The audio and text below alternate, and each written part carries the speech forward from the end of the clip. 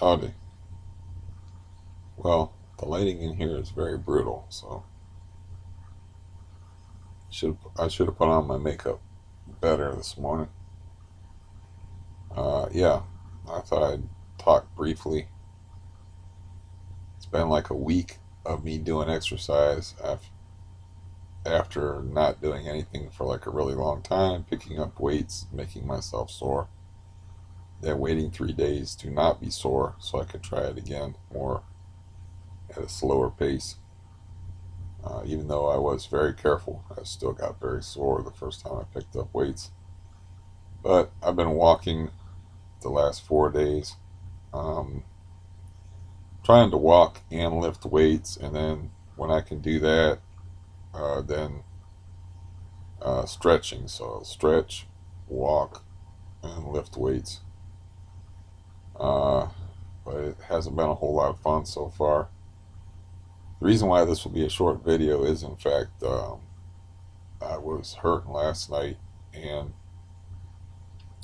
took 2 gabapentin, and I haven't been taking the gabapentin. I did not take excessive volume. I took 2 doses of 2.5 volume, so I had 2.5 volume melatonin, and that wasn't enough to put me out, even though I'm on a regular sleeping schedule because I was in pain last night. So I took 2 gabapentin, which means I have 18 of those left. That's why I haven't been taking them, is because pretty soon I'm not going to have any. Um, I'm supposed to talk to my new psych person at 5 p.m. today, according to what I have written down, which sounds crazy, but that's what I have written down. But I'll just keep the phone by me. Um, yeah, since I started eating like cooked cereal, and I found out like I got these sour cherries, like I don't know how many jars of them, but I don't really have anything to do with sour cherries as far as like besides eating them out of the jar with a spoon and drinking the juice. But I like sour cherries. But I found out if you mix them with peaches and oatmeal, you got something pretty special there. So I'd eat my oatmeal, and it's changed my bowel habits. So I'm too lazy this morning. The next video I told myself I was going to do was like demonstrational. Like, here's my knees. Here's what walking on my knees looks like. But I'm too out of it this morning to do that. So, as a matter of fact, I woke up at 7 o'clock and I tried to do a video at 7:48, and I was like, yeah, there's really no thoughts in this head, and this isn't going well. So we'll try this a little later. And it's been a couple hours, and I'm still kind of out of it. I feel awful in the mornings, generally speaking. So even if I can just eat before noon, it's a surprise to me. I do have a goal now, so I found out that walking is very painful, but I'm not as horrible at it as I thought I was going to be. I walked with a cane, which I wasn't sure that if that was a good idea or not, because I don't want to fall and get hurt. But I was like, oh, I can walk with a cane a little bit. So I'd walk with a cane a little bit the third time I walked, and then walk with a walker. I just don't want to fall and hurt myself. Um, so yeah, I still haven't called my cardiologist. I still have no desire to, and no will to, and just don't feel like making any phone calls. Hopefully, like I said, I can flip my brain around and fix my brain chemistry. And I do feel better now that I'm trying to do something, even though it's pretty pathetic. I mean, I just take 10-pound dumbbells, and I got it down to like one set of curls, one set of tricep extensions, one military press set, um, some side bends and shoulder shrugs. And I'm not even using weights for it because it's too dangerous. I touch my toes and then I get back up, because if I use weights, I'm just going to fall over. that's like the toughest one for me balance wise because I have a tendency to fall over backwards anyway, and you're going backwards when you straighten up, when you lift something off the ground or just bend down and touch your toes. And they call it a deadlift. Um, and then I do butterflies, stomach crunches, leg lifts, and sit-ups. But I'm just doing like, you know, 10 reps of the weightlifting type stuff with 10-pound dumbbells. So, I did them last night. I'm not sore. And I've been doing them for like a week.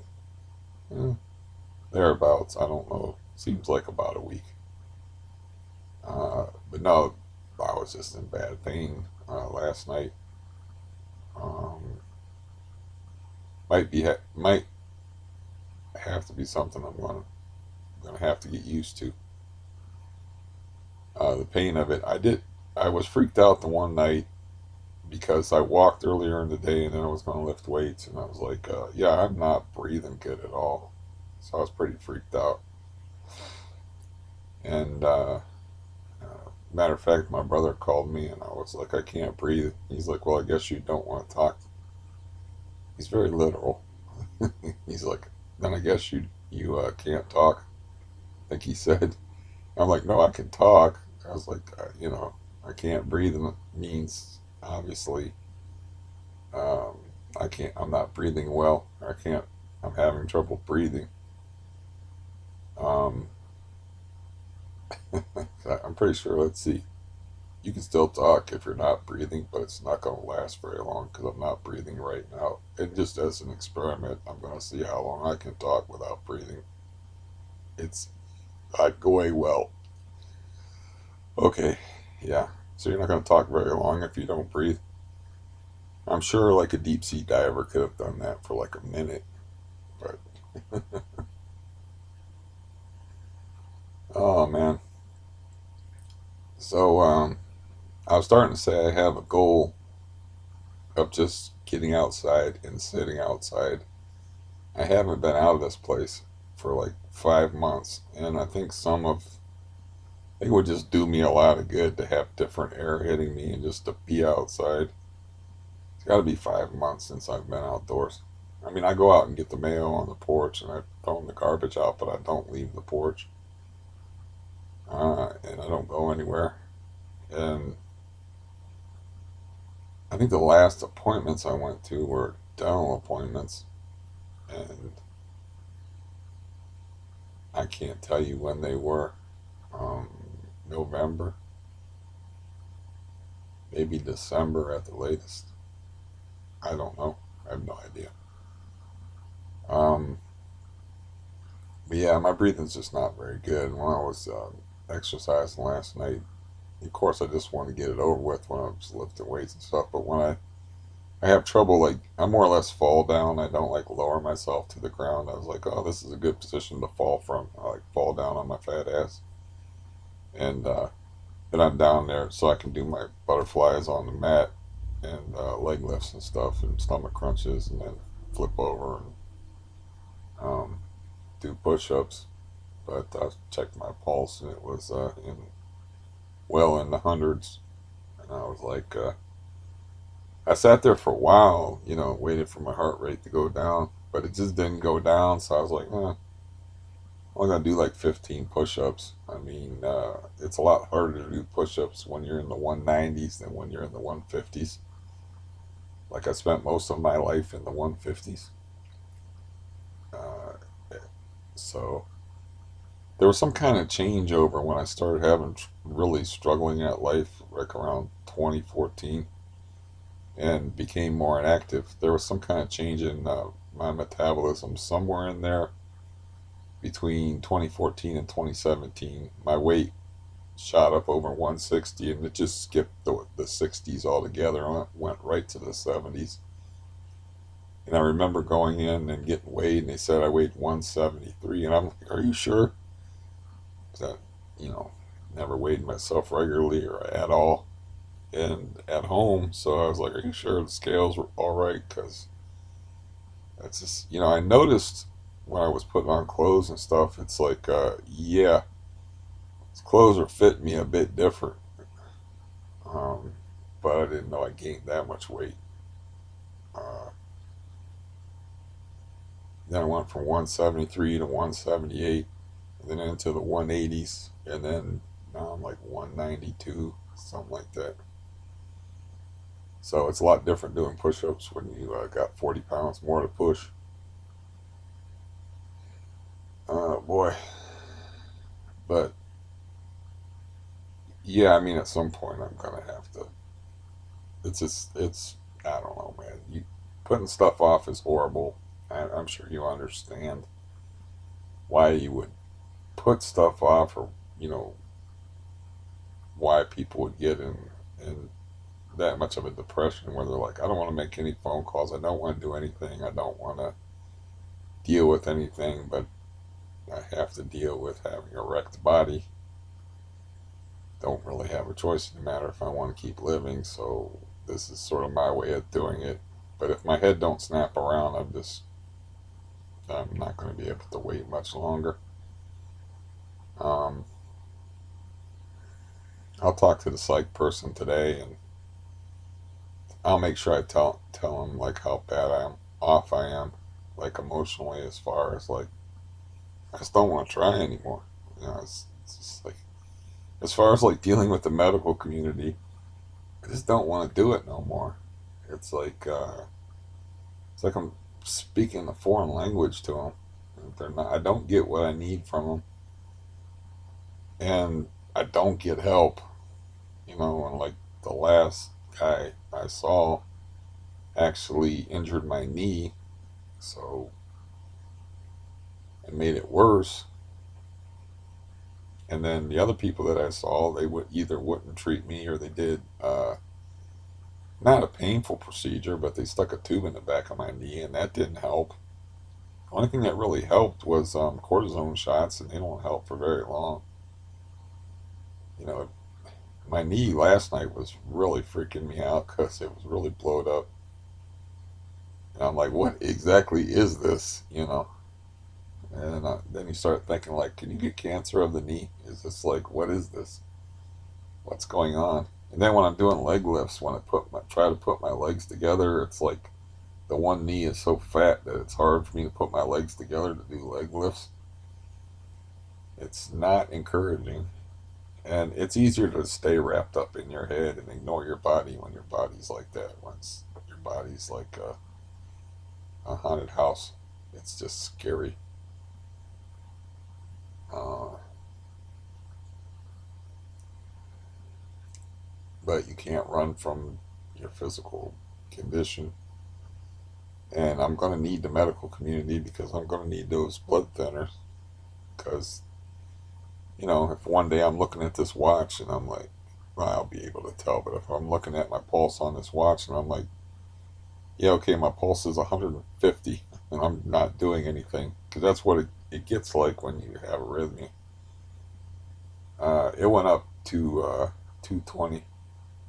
That's what they told me anyway. They had me on a monitor, that story where I was in the bathroom in the hospital. And they're like, we don't care. Your pulse is 220.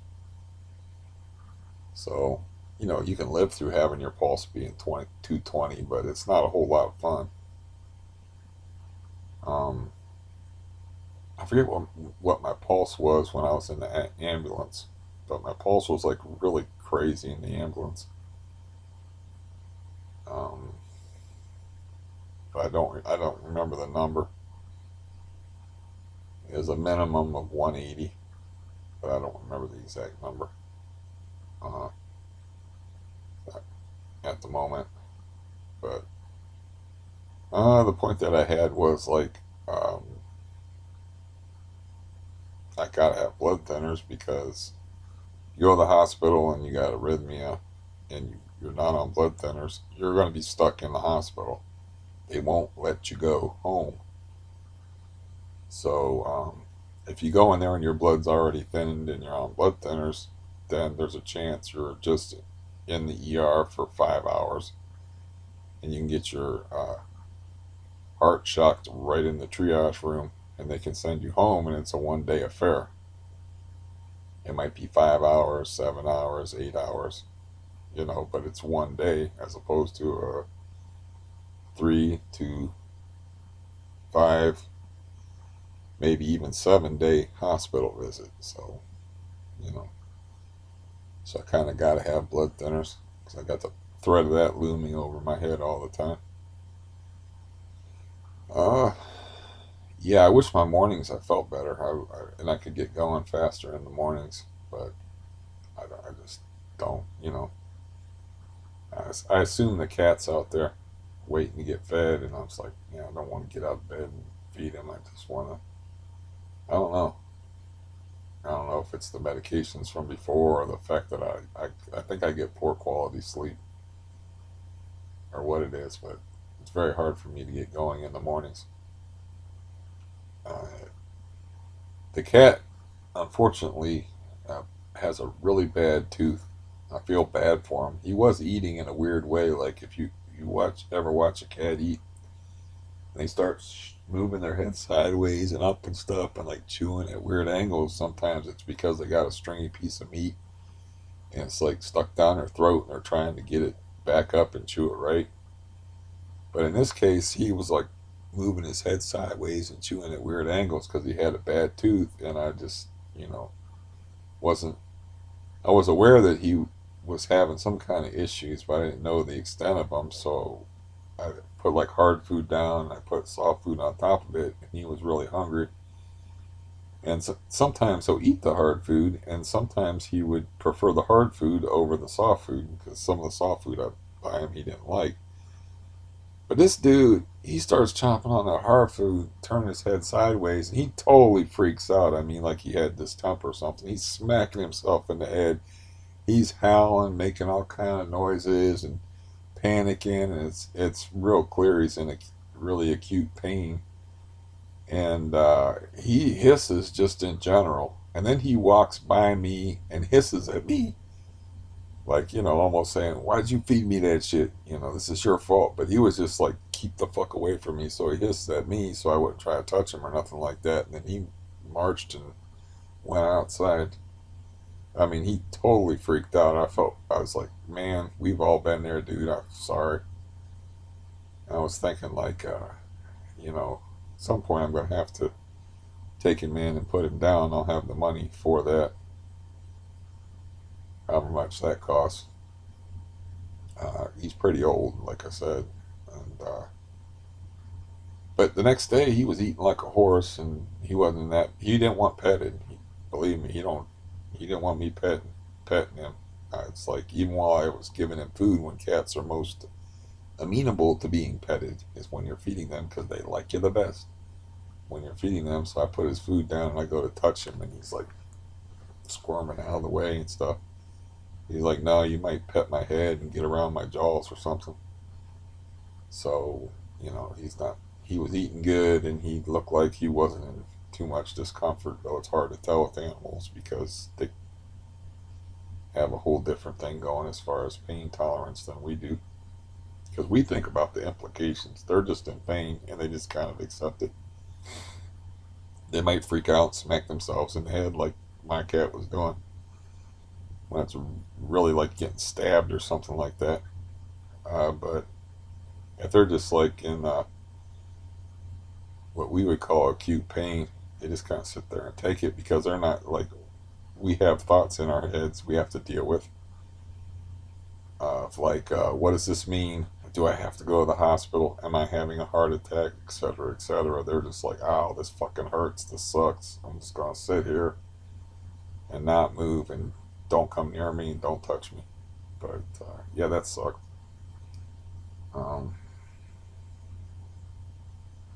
see how he is today, as far as like how he's doing. But yeah, it's weird how the sister that I don't get along with gave me that cat, and it's like he's like a constant reminder of my sister.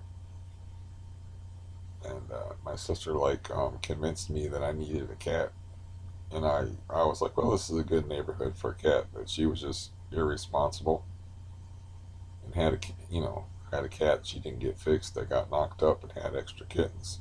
She said she gave me her favorite one. This is the one she likes the best. It's weird he acts like people have been mean to him, but when I got him, he wasn't much bigger than this coffee cup. I mean, he was small. And my sister said he used to sit like in the palm of her hand. He was, he was tiny when I got him. So, and I've never, due to his nature and the fact that he's easy to get along with, I've never been mean to him ever. The meanest I've been to him is stepping on him by accident because he's a ninja and you can't see him sometimes when he's in the room with you because he's so black. So I have no idea why he doesn't trust people at all, even me. He's not too trusting of me either. He's always been like that. He's always been skittish around people. It's like he's an abused cat, or like he was an abused animal in a previous life or something. But, I had that other cat. I didn't have any choice but to be mean to him because he would do stupid shit like put his claws underneath my door and like bang my bedroom door. I'm in here trying to sleep or jerk off or mind my own business, and this cat's like banging my door, like, come out, give me something, pet me.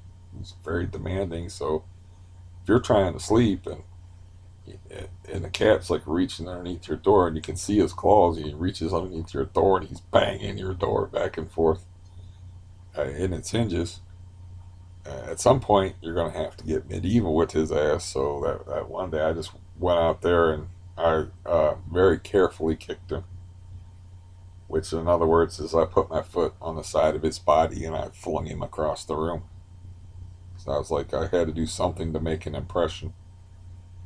And it got to be a game with him too. Like he would rattle my door and then like I would try to like get him. I would like open the door real fast and like yell at him, and then he would run away. And he's like, "Oh, that was fun. Let's do that again." So, you know, uh, I should have had water in here. Is what I should have had, and threw water on him. But that one day I was faster than him, and I was able to boot him.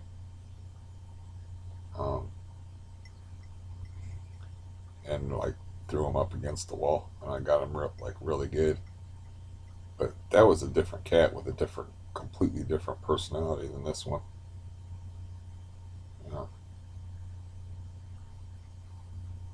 But anyways, that's just something I'm gonna have to do somewhere down the line. He's got a weird eye, like it's pale compared to the other eye. I don't think it's cataracts. I don't know what it is. And now he's got like these tooth problems and stuff. But he's still pretty healthy. He's not as healthy looking as when I've been he does better when he's away from me. So when he was shut outside, he seemed to be healthier. So maybe I'll shut him back outside. But you know, it's a dog eat cat world out there. So he prefers to come in here in the morning, get his morning meal, and just lay around in here for a while before he goes outside. And sometimes it's like, you know, he likes the nightlife. He likes the boogie. So the sun comes up, he comes in, lays around in here, gets 2 or 3 meals, goes back out right before dusk, so he can hit that nightlife.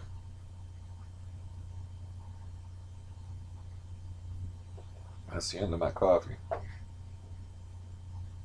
I'll get around to that, like showing how I walk now and what my leg looks like and all that crap. And yeah, but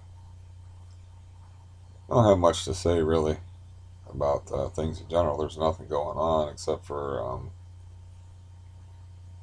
me not making phone calls. I could talk a lot about the stuff that I'm not doing, but I'm just not doing a lot besides, exercise pretty much wipes me out. And it's a new thing, and I'm trying to, like, up the ante, you know. Trying, like, well, I'll start out, like, lifting weights. Then I made myself walk finally because I was kind of nervous about that as far as what that would do to me pain wise. And, it's very debilitating emotionally to, okay, I'm done after 3 minutes, or like have your legs go all wonky and stuff when you're walking. But I didn't do that. I didn't do as badly as I thought I would do when I was actually able to walk with the cane.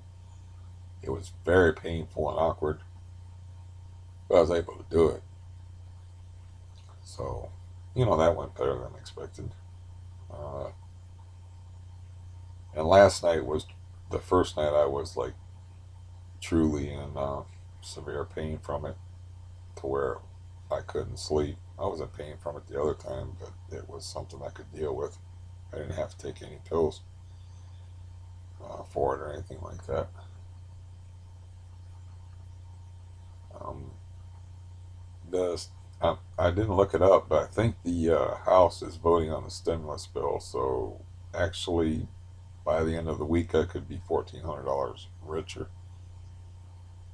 because the House, of course, passed it, and then it went to the Senate, and they trimmed some, instead of like just totally, you know, saying, well, we don't like this bill, we're going to make these amendments, and then sending it back to the House. They made the amendments and sent it back to the House, and it looks like the House is going to vote on it, and it's probably going to pass. And then it's already been green lighted by the president, so that's a little sooner. What is it, the 8th? The 14th was the unemployment deadline, so it'd be about on schedule. You know, it's pretty close anyway. I don't know if it will be signed by the president, today, tomorrow, or the next day, or how it's going to go. I haven't really checked into it, but the last I read was on Friday, after the Senate made their changes to it, and I'm pretty sure it goes up for a vote today. So, I mean, I'm just tired of following the whole thing. Yeah, I mean, of course, everybody wants to have $1,400 and be $1,400 richer, especially if that's like doubling your bank account, or in my case, I don't. What do I have in the bank? Oh, I have more than that in the bank, so it's not doubling my bank account. But if you need the money, like I believe Sharon said she needed it for something done to her tooth, you know, it's like, okay, finally. But for me, it's finally because I'm just sick of following it. I'm not in dire need over the money right now, but I'm thinking like uh, working on that savings, because I don't have very many teeth left, and I might have to spend money on teeth, or something might come up. Things break. Things come up, and if you don't have the money handy, then you might be missing a couple of teeth that you could have saved otherwise. Uh, so I guess that's a positive thing. Um, yeah, I found out, like, if you mix sour cherries, which I have a bunch of sour cherries. I have nothing to do with sour cherries. They're good to eat, but I don't see myself opening a jar of them and like eating them by the spoonful.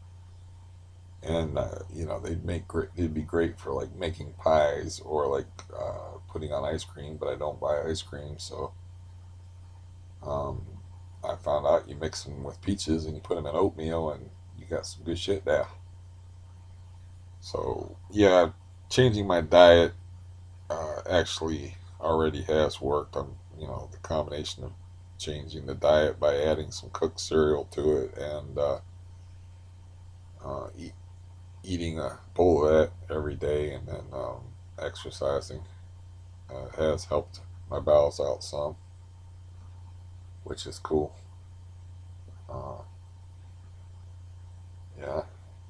as you can see, I'm very low energy, and the thing about at least thing about gabapentin with me is it doesn't go out of my system for a long time. So you know, it's I don't know. I can't really see the clock, but it's probably 9:30 in the morning, and I took them last night about 12:30. So that's 9 hours. Yeah, they last a long time for me. They last up to 12 hours. So yeah, that's part of why this video sucks.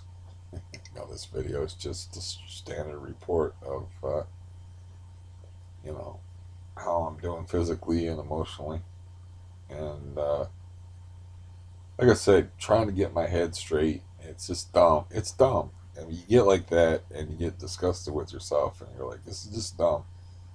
The phone call ain't no big deal. You just pick up the phone and you make the call. But then, for some reason, when you get depressed, you're like, "I don't want to do that," because those phone calls lead to bad things.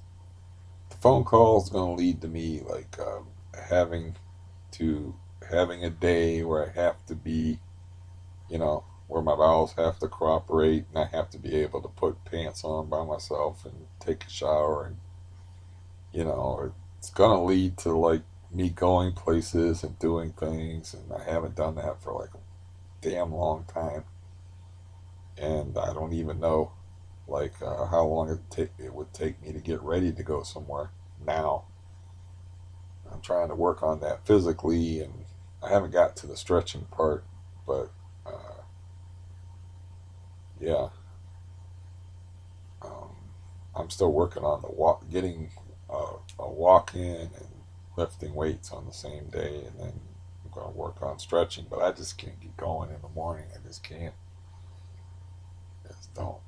I just feel bad in the mornings. Uh, yeah, like right now. So uh, yeah, I'd still rather not do this. I don't think that's ever going to change. So when this psych person asks me, "Do you ever think about killing yourself?" I'm going to go back to like saying every day. Usually when I talk to an actual psych person and not like a case manager type person, but somebody with psychiatrist, psychologist, psychiatric nurse, something with psych in their title, I just tell them every day. And they're like, I'm like, every day I think about that, you know. Um, it's not, it's a very unpleasant life, and it's just everything's difficult. And then you have the threat of things, you know. It's not just anxiety or random paranoia. These are things that have already happened. I had my heart shocked 5 times. So, checking my pulse and stuff is not me being paranoid. It's like, which made me laugh. The one time that I was in the ambulance, they were like, just calm down, you know. Could be you're just having an anxiety attack. And I'm like, no, just I didn't say shut up, but that's what went through my head. But I was like, no, just put me on the EKG and let's get this thing going. I was like, I can feel it. I know I have arrhythmia. It's not an anxiety attack or anything like that. I didn't take any drugs like cocaine or anything. Just get me on the EKG. Just get this ball rolling. Because they didn't believe me. So I'm very, very used to not being believed by family, doctors, pretty much everyone about my conditions. And I was reading a post by this guy because somebody had left a comment on one of my old videos where this was like over a year ago. This guy was like, "I'm tired of seeing you on here. There's people on here that actually are trying to quit benzos that need advice, and you just want to be on camera, more or less," he said. And it's like, no, that's not really true. I mean, I enjoy talking, but I'd much rather be out and about, walking around and fishing and being outside. Um, I, I'm not feeling very well, so I lost the train of where I was going with that. Um, but yeah, I'm used to not being believed. And when I was in that ambulance, the guy was like, just calm down. And he was telling me to simulate you bear down. They say like you're trying to have a bowel movement and it presses on your vagus nerve, which uh, naturally lowers your heart rate. And it's like, this guy's trying to tell me to try to take a shit when I'm having arrhythmia. This is my fucking life. It's like, no, trying to take a shit and bearing down, as they put it, is not going to make my heart beat normally. So I was really frustrated with them because, you know, you don't have as much patience as you usually do when your pulse is 180 and you got people disbelieving you and telling you weird things to try in order to calm yourself down because you're having an anxiety attack and you're not having arrhythmia and you're like, been through this like 3 times before. I've got experience, and you're sitting there having to explain yourself, and it's like, why not? They're thinking like, you have to understand, like EMT drivers, they get a lot of bullshit calls. Like I've had an EMT driver say that you're the first legitimate call that we've had all night, and I was like, what do you mean? And they're like, well, a lot of people call us, and it's over nothing. It's something that where they can either drive themselves to the hospital, or they're just their minds are just messing with them, and they think they have a problem that's serious, and they don't. So that's why they were treating me like that, is because of dealing with other people. And I was just really short with them. I was like, just hook me up to the EKG machine so we can get this damn thing rolling. And they're like, yeah, he definitely is an AFib. I was like, they're like, which hospital do you want to go to? But anyways, I think that's really the source. I hope, anyway, I hope that that's the source of my conflict with my sister. Is like I told her, like, don't fuck with me emotionally in the way that you fucked with me before because it makes me sick and it's going to make my disease worse. And then, I told her, and I want to believe that's because she didn't believe me. I thought, because that's a weird concept to people. Like, how am I going to make your disease flip into another stage uh, because of dumb fights, disagreements, arguments, and personality conflicts and shit? It sounds crazy.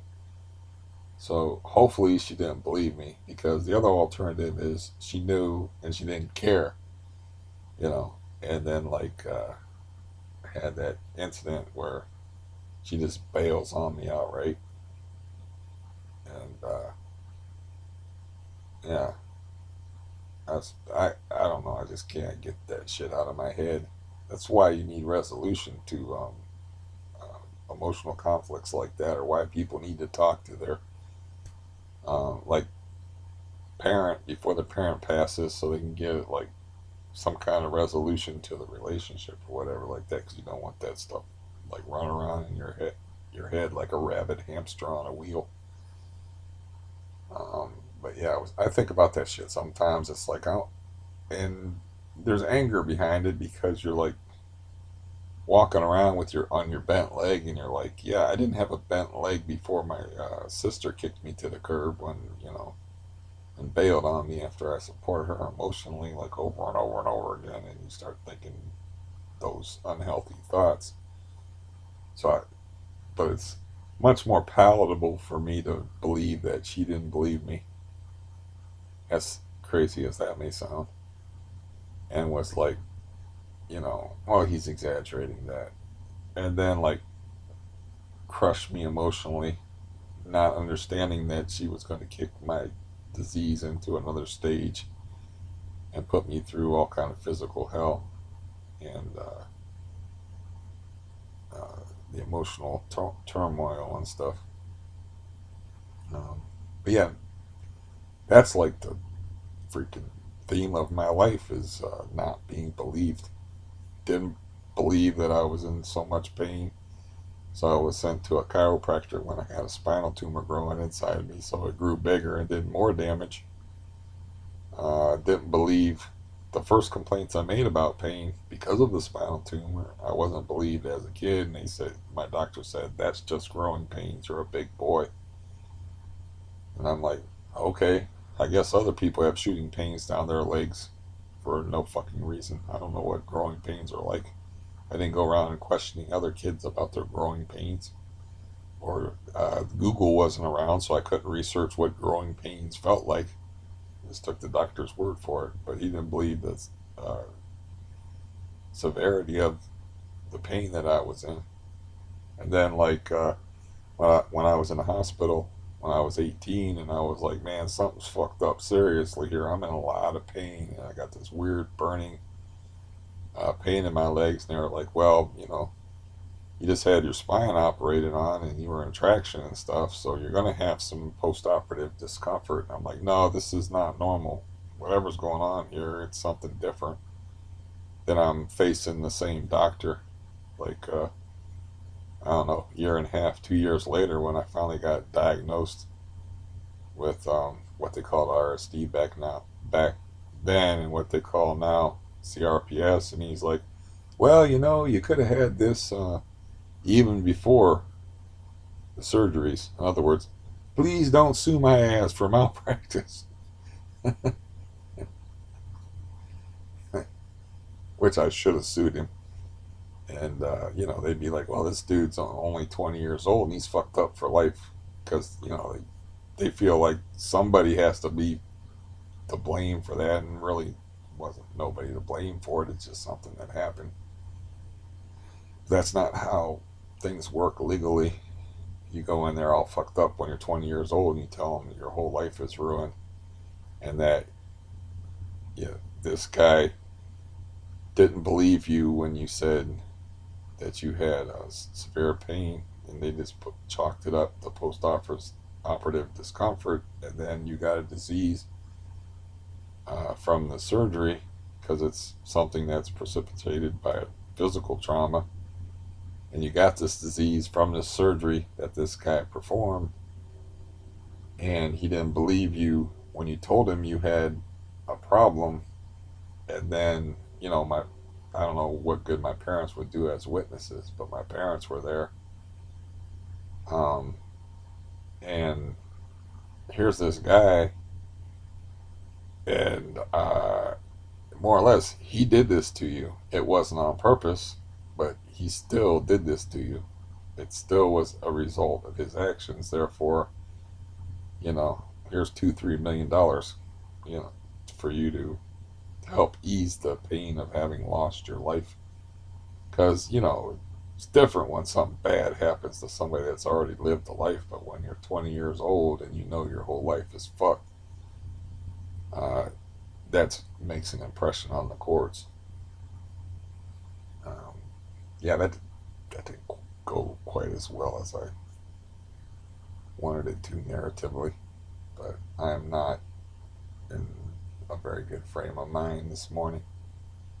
But you get the point. It's like I could have scored me some De Niro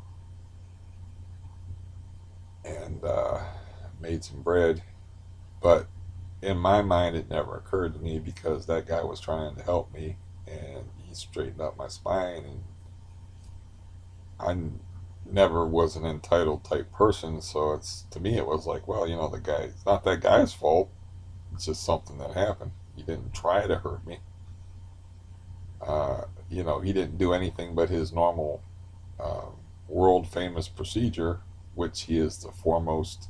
He is like the pioneer, the foremost guy at that type of spinal reconstruction surgery.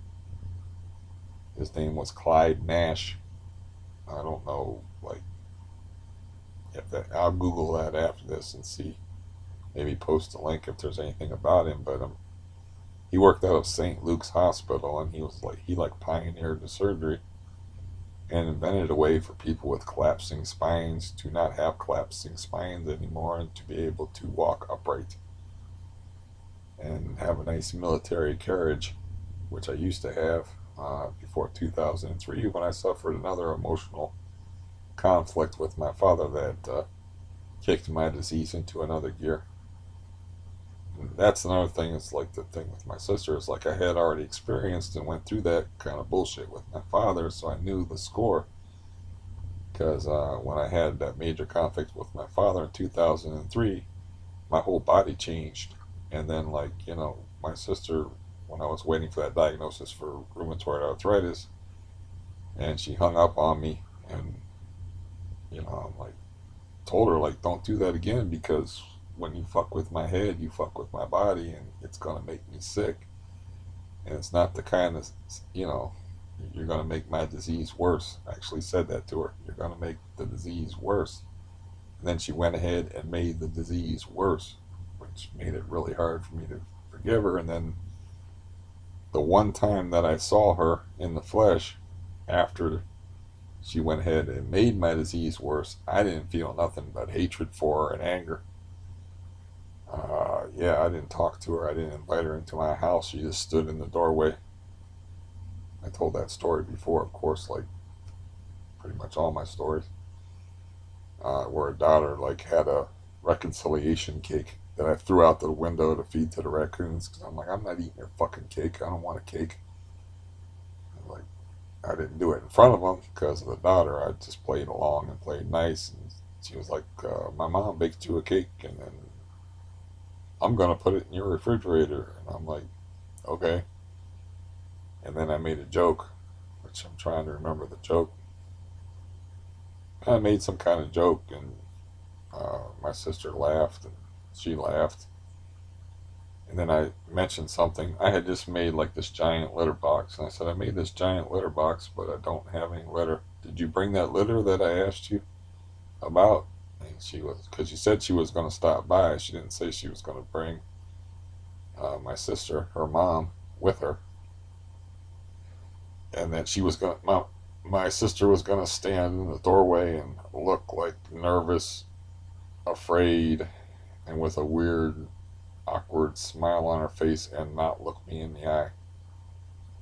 And it was like, it was very reminiscent of the look that I saw on my father's face, which was my last sight of him before he died. Because I hadn't spoken to him for, um, what was it? 12 years, 13 years, 12 or 13 years I hadn't spoken to him. And then I hadn't spoken to my sister at that point for about 3 years. So it was like deja vu.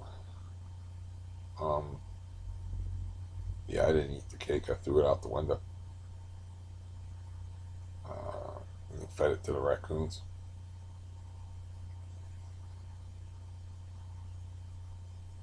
And you can't help the way you feel. I mean,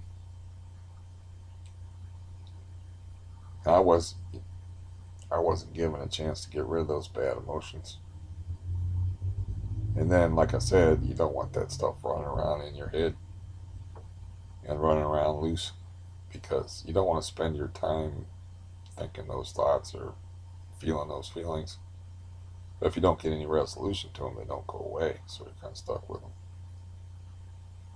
And if you're not given the chance to get it, because she doesn't acknowledge the situation. A couple of times that I talked to her after that, she just won't acknowledge that that was a fucked up thing to do, which is all I wanted to do, and boring the shit out of myself with all these repeats. At least they're consistent repeats, so they're not bullshit. Yeah, like if you were a cop and you were questioning me, and then over and over again, you get the same answer. You get the same thing over and over again, so I'm not making it up. It's just, you know, it was 2003 when I stopped talking to my father, so it was 2015 when he died. That's 12 years, I guess. Um,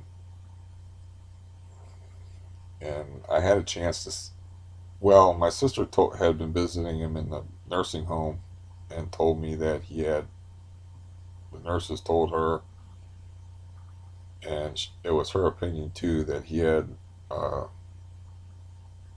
at least 4 to 6 months left or something like that. So I had made arrangements with my friend to take me in there to see him, to give him a chance to say anything to me before he died, more or less. I don't know. And to make me feel like more of a man, like facing up to the past, too. But the day before I was supposed to go, he died. So I didn't get to do that. Whether that would have been good for me or not, but I don't spend that much time thinking about my father. Um, yeah, I tell stories about him on here all the time because he is just super fascinating, unique, just he was a barrel of monkeys, uh, just without the fun.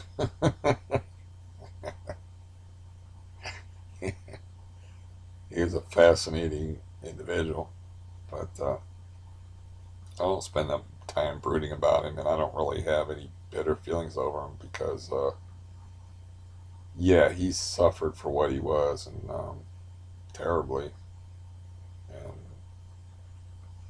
I don't know. I just don't have the same type of feelings because let's just put it to you this way: my father wasn't crying on my shoulder all the time, and then when I went to cry on his shoulder, he was like, "Get the fuck away from me." I didn't have that experience with him, or that type of relationship with him, so it's just not the same thing, you know. Um, but yeah, I just I can't see myself trying again, you know. It's picking up the phone and making myself vulnerable again and trying again. I have other things to worry about. I have to deal with the fallout from what she did every fucking day, and I just don't want her to give her the chance to do me any more damage, but I would like to have the situation resolved. I don't know what the big deal is. Like, everybody fucks up, and everybody has, like, here's a story.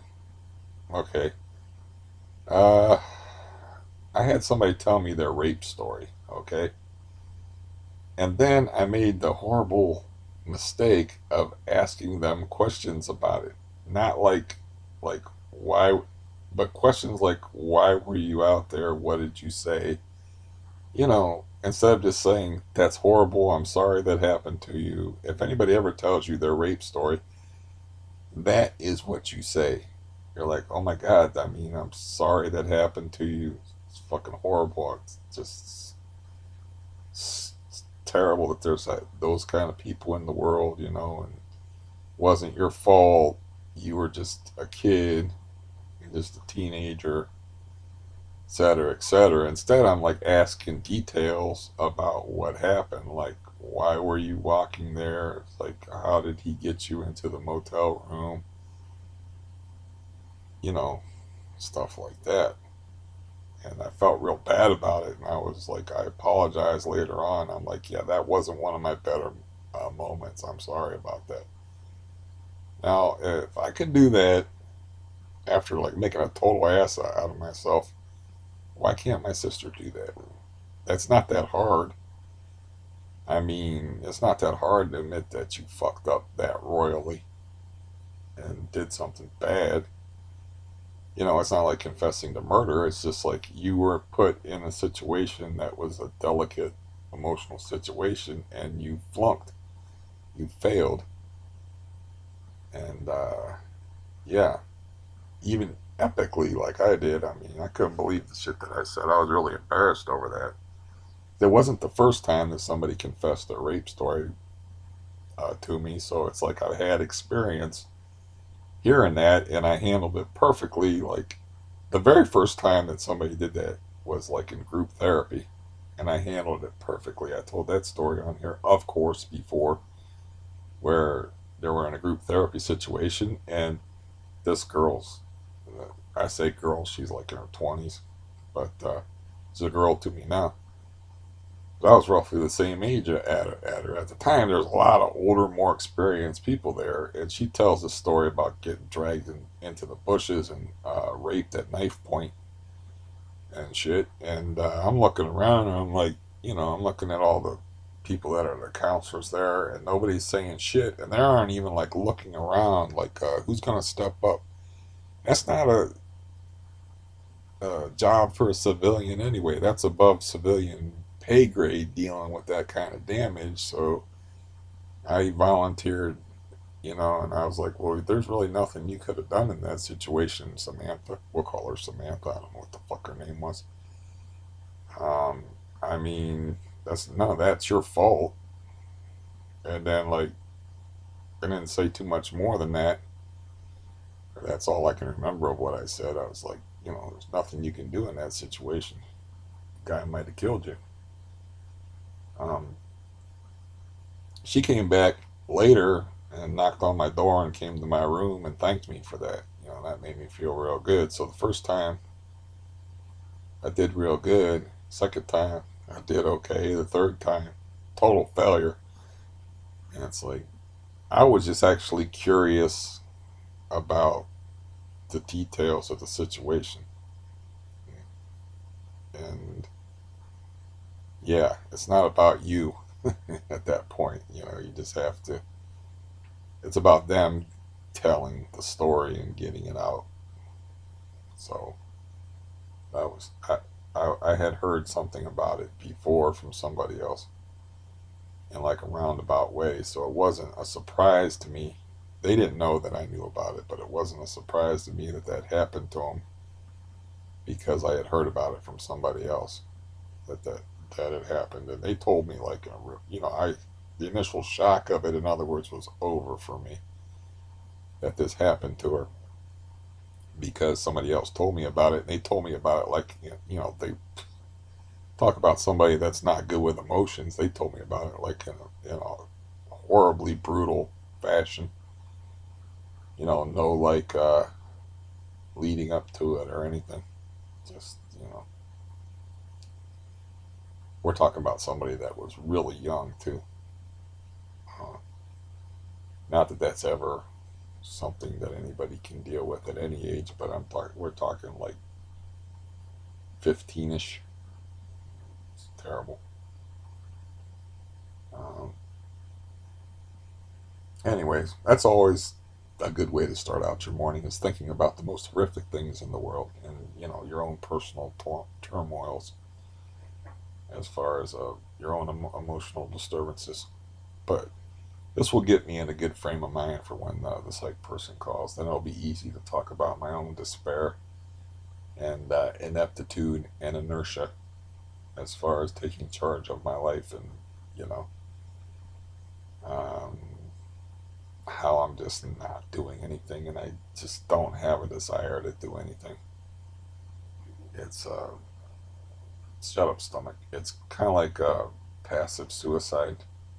When you do that, if you got a bad disease like I got, it's kind of like a form of passive suicide. If you're not just me laying around like that, watching my knee get bigger and stuff, and not exercising or fighting back in some way. Um, yeah, you can't do that shit when you have an aggressive disease that's always pushing at you. You got to push back. I've already likened it to treading water. It's like you can tread water with some things, but you don't tread water with CRPS, man. You got to start swimming because you're just going to go further and further away from the shore. There's some undertow and some current to deal with there. You're just not going. You're not in a still lake. People can do that if they got like normal health. They can be lazy and they can lay around and eat bad and not look out for themselves because they're not in a rushing current of disease. They're like in a still static lake of health. So they're just treading water and the shore 2 years later might still only be 100 feet away. In my case, I might not even be able to see land. So, you know, I'm not sure I can see land right now. But I'm trying here lately to get started. Um, But yeah, talking about this horrible crap, it'll help me to talk about other horrible crap when I'm on the phone with the psychiatrist, and to be pretty blunt about yeah, I don't know what you call this in technical terms, but it's just utter inertia where I don't want to do anything. I just started exercising to try to snap myself out of it, and eating a little different, and I'm sleeping regular hours. I'm trying to change my habits, but right now my brain is still, 100 miles away from shore. It's just, I don't know why it gets like that, where it's like you don't want to pick up the phone and you don't want to make the calls and you don't want to put any effort. Don't, I, for me, I think a possible explanation is just past failures. Because, I've been to the Medina Cleveland Clinic for my knee. I've been to this orthopedist for my knee. I've made phone calls. I've talked to records people in order to get my medical records shifted from one hospital to another. I've signed, got release forms signed to get my test that I had done sent to somebody else, and I put out the effort before, and got worse. So if I put out all this effort and get worse, why do I want to try again? Other than the fact that I don't really have any choice. Suppose like the only thing that I can do for it is exercise and physical therapy. And another alarming thing I noticed is like my right calf is starting to look like my left calf, which I really don't have a left calf. And I've got like severe atrophy, which I had a big old calf looking thing, but it wasn't muscle. That's why I didn't say I had a big old calf muscle. It wasn't really muscle because they tested it and they said, well, it's mostly fat. After I had the problems with my knee and I stopped walking around, they did tests on me. Because, like I said, I've been through all the tests. I've been to the orthopedist. I had a procedure done. I've been shot up with cortisone. I've complained for years about my knee to every medical person that I met, and nothing came from it, and it got worse. So, that's not an excuse for not calling the cardiologist, though.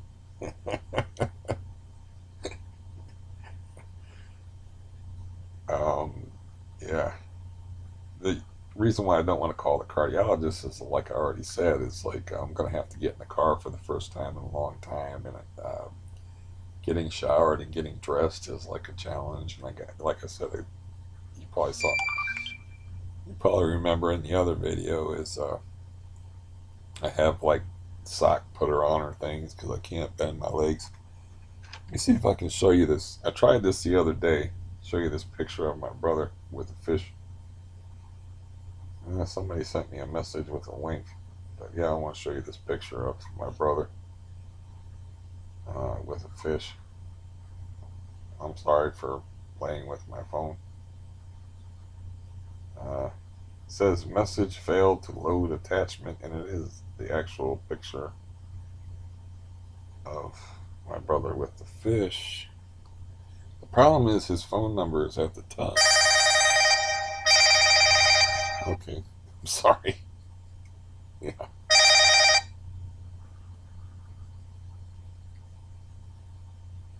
Hello? Hello there. Hi, Mr. Stephen, please. This is him. Hi, Stephen. Are you able to click on the link that I sent you so that you can access the camera? I don't know if I have the app for that, but I can try it. Yeah, there's no app. You just click on it. Yeah. Um. Yeah. Okay.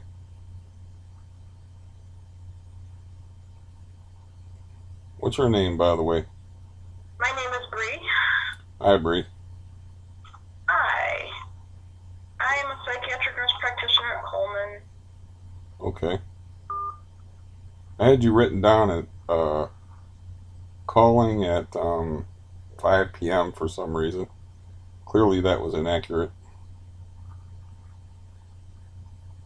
Uh, I'm clicking through the deny process. Allow Chrome to take pictures and record video.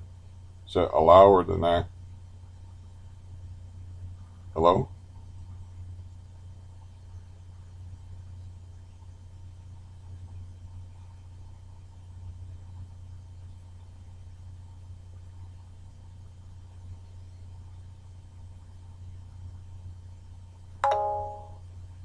Did I do that right? Yep. Oh, there you are. Hi. I Hi. can't really get my face on camera for some reason. I've never done this before. Why is that? Oh, what? I just. There you go. Can you see me? Well, I can see your ear. Well, that's not going to help you. Why am I having trouble with Okay. this? How's your mood? How do you feel? Uh, I'm very depressed and like I have a lot of inertia as far as not doing what I'm supposed to be doing.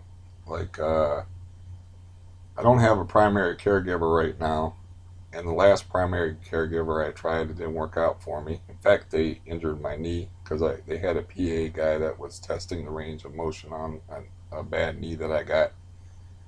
And after that appointment, I had marked increase in pain and more mobility problems with it.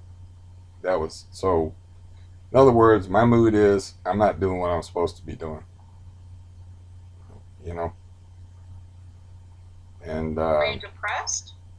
yeah, I got like a lot of physical problems. I don't know if you have notes on my case or anything like that from Mark, but I have a rare neurological disease called CRPS. Anytime you have a disease with pain in the title, it's probably a bad thing.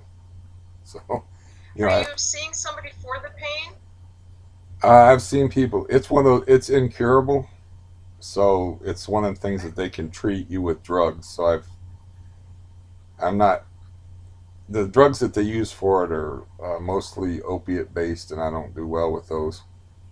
And I'm dealing with benzodependence right now, and I don't need to be taking any other, uh, chemically dependent type drugs.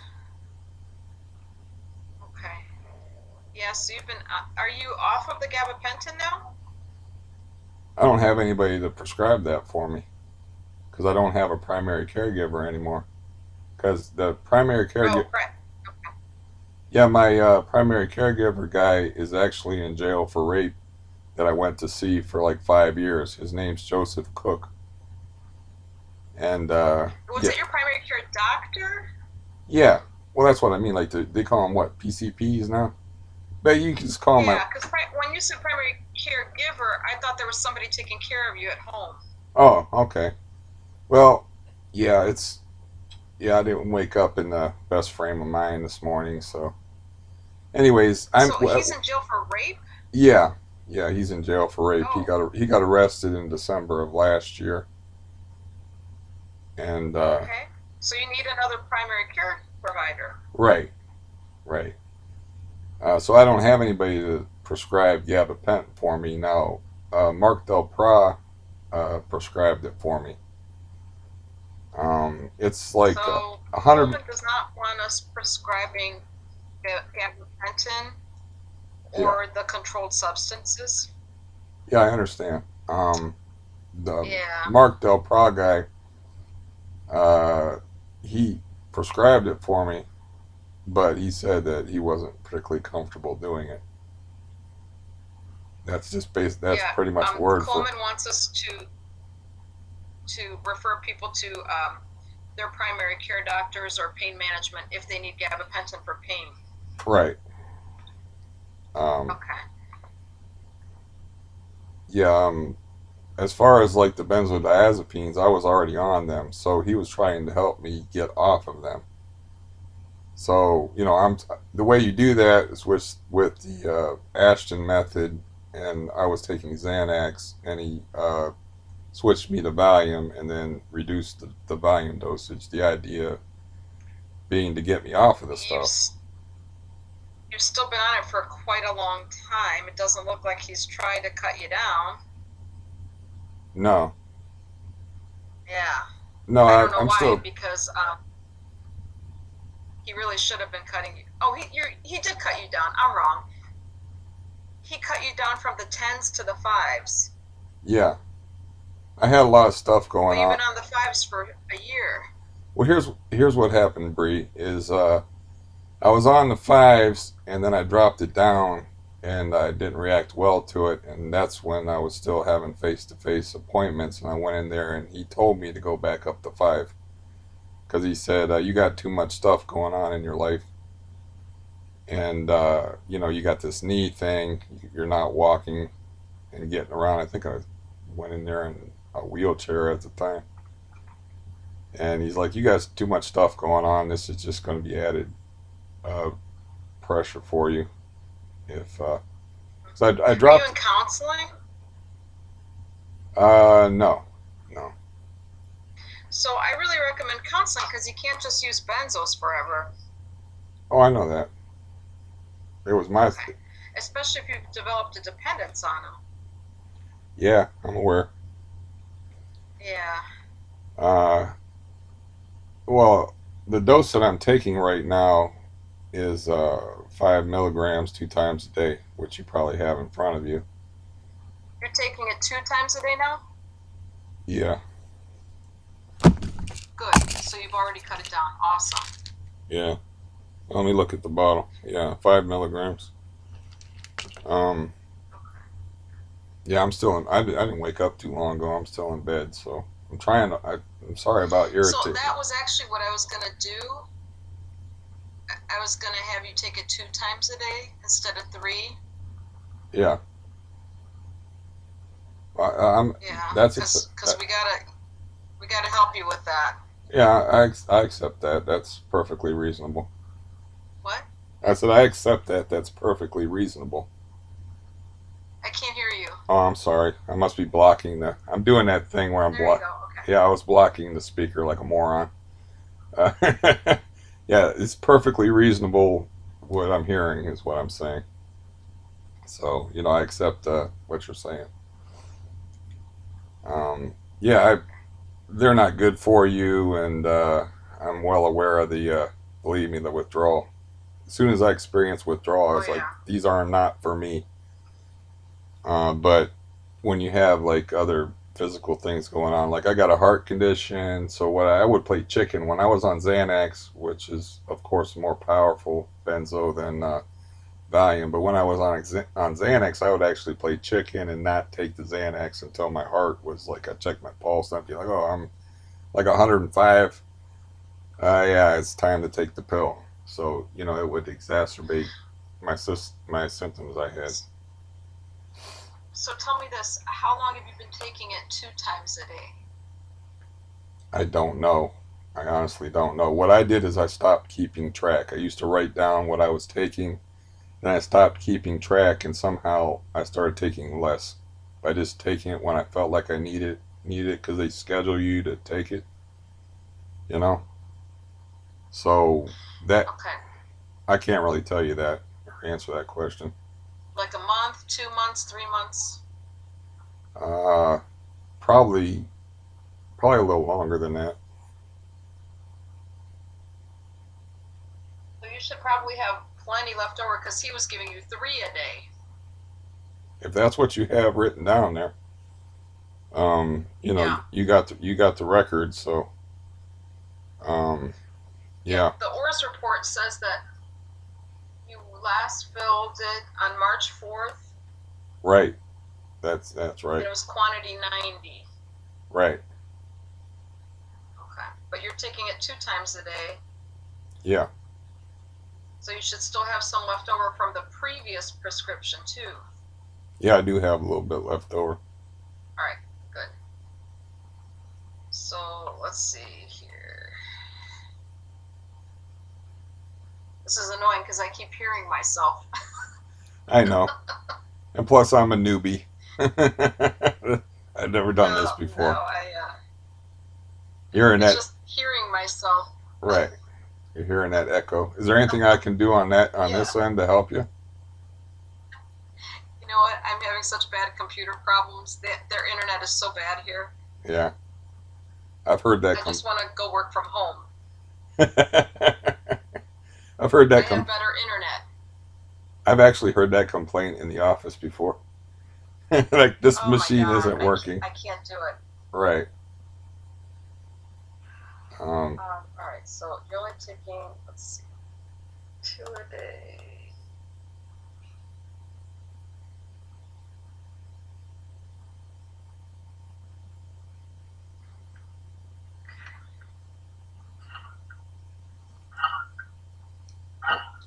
I have either a very big head or a very small window in which to get my head in. So that's my problem with the video. But yeah, as far as the echo, I don't think I can help you with that.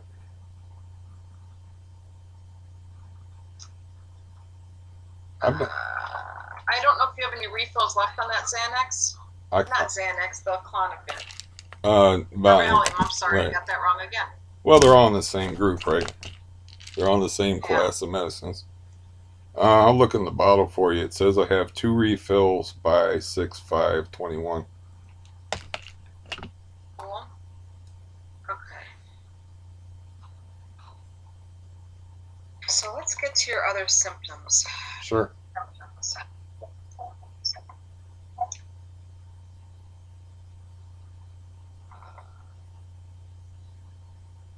How much do you weigh? Do you know? Somewhere between 190 and 195, 6'1".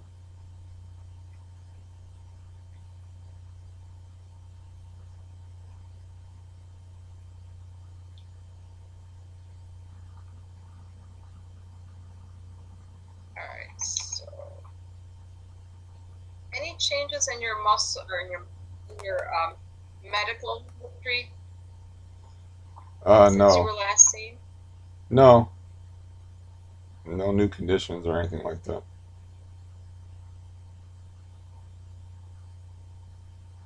Let me see what you're actually taking.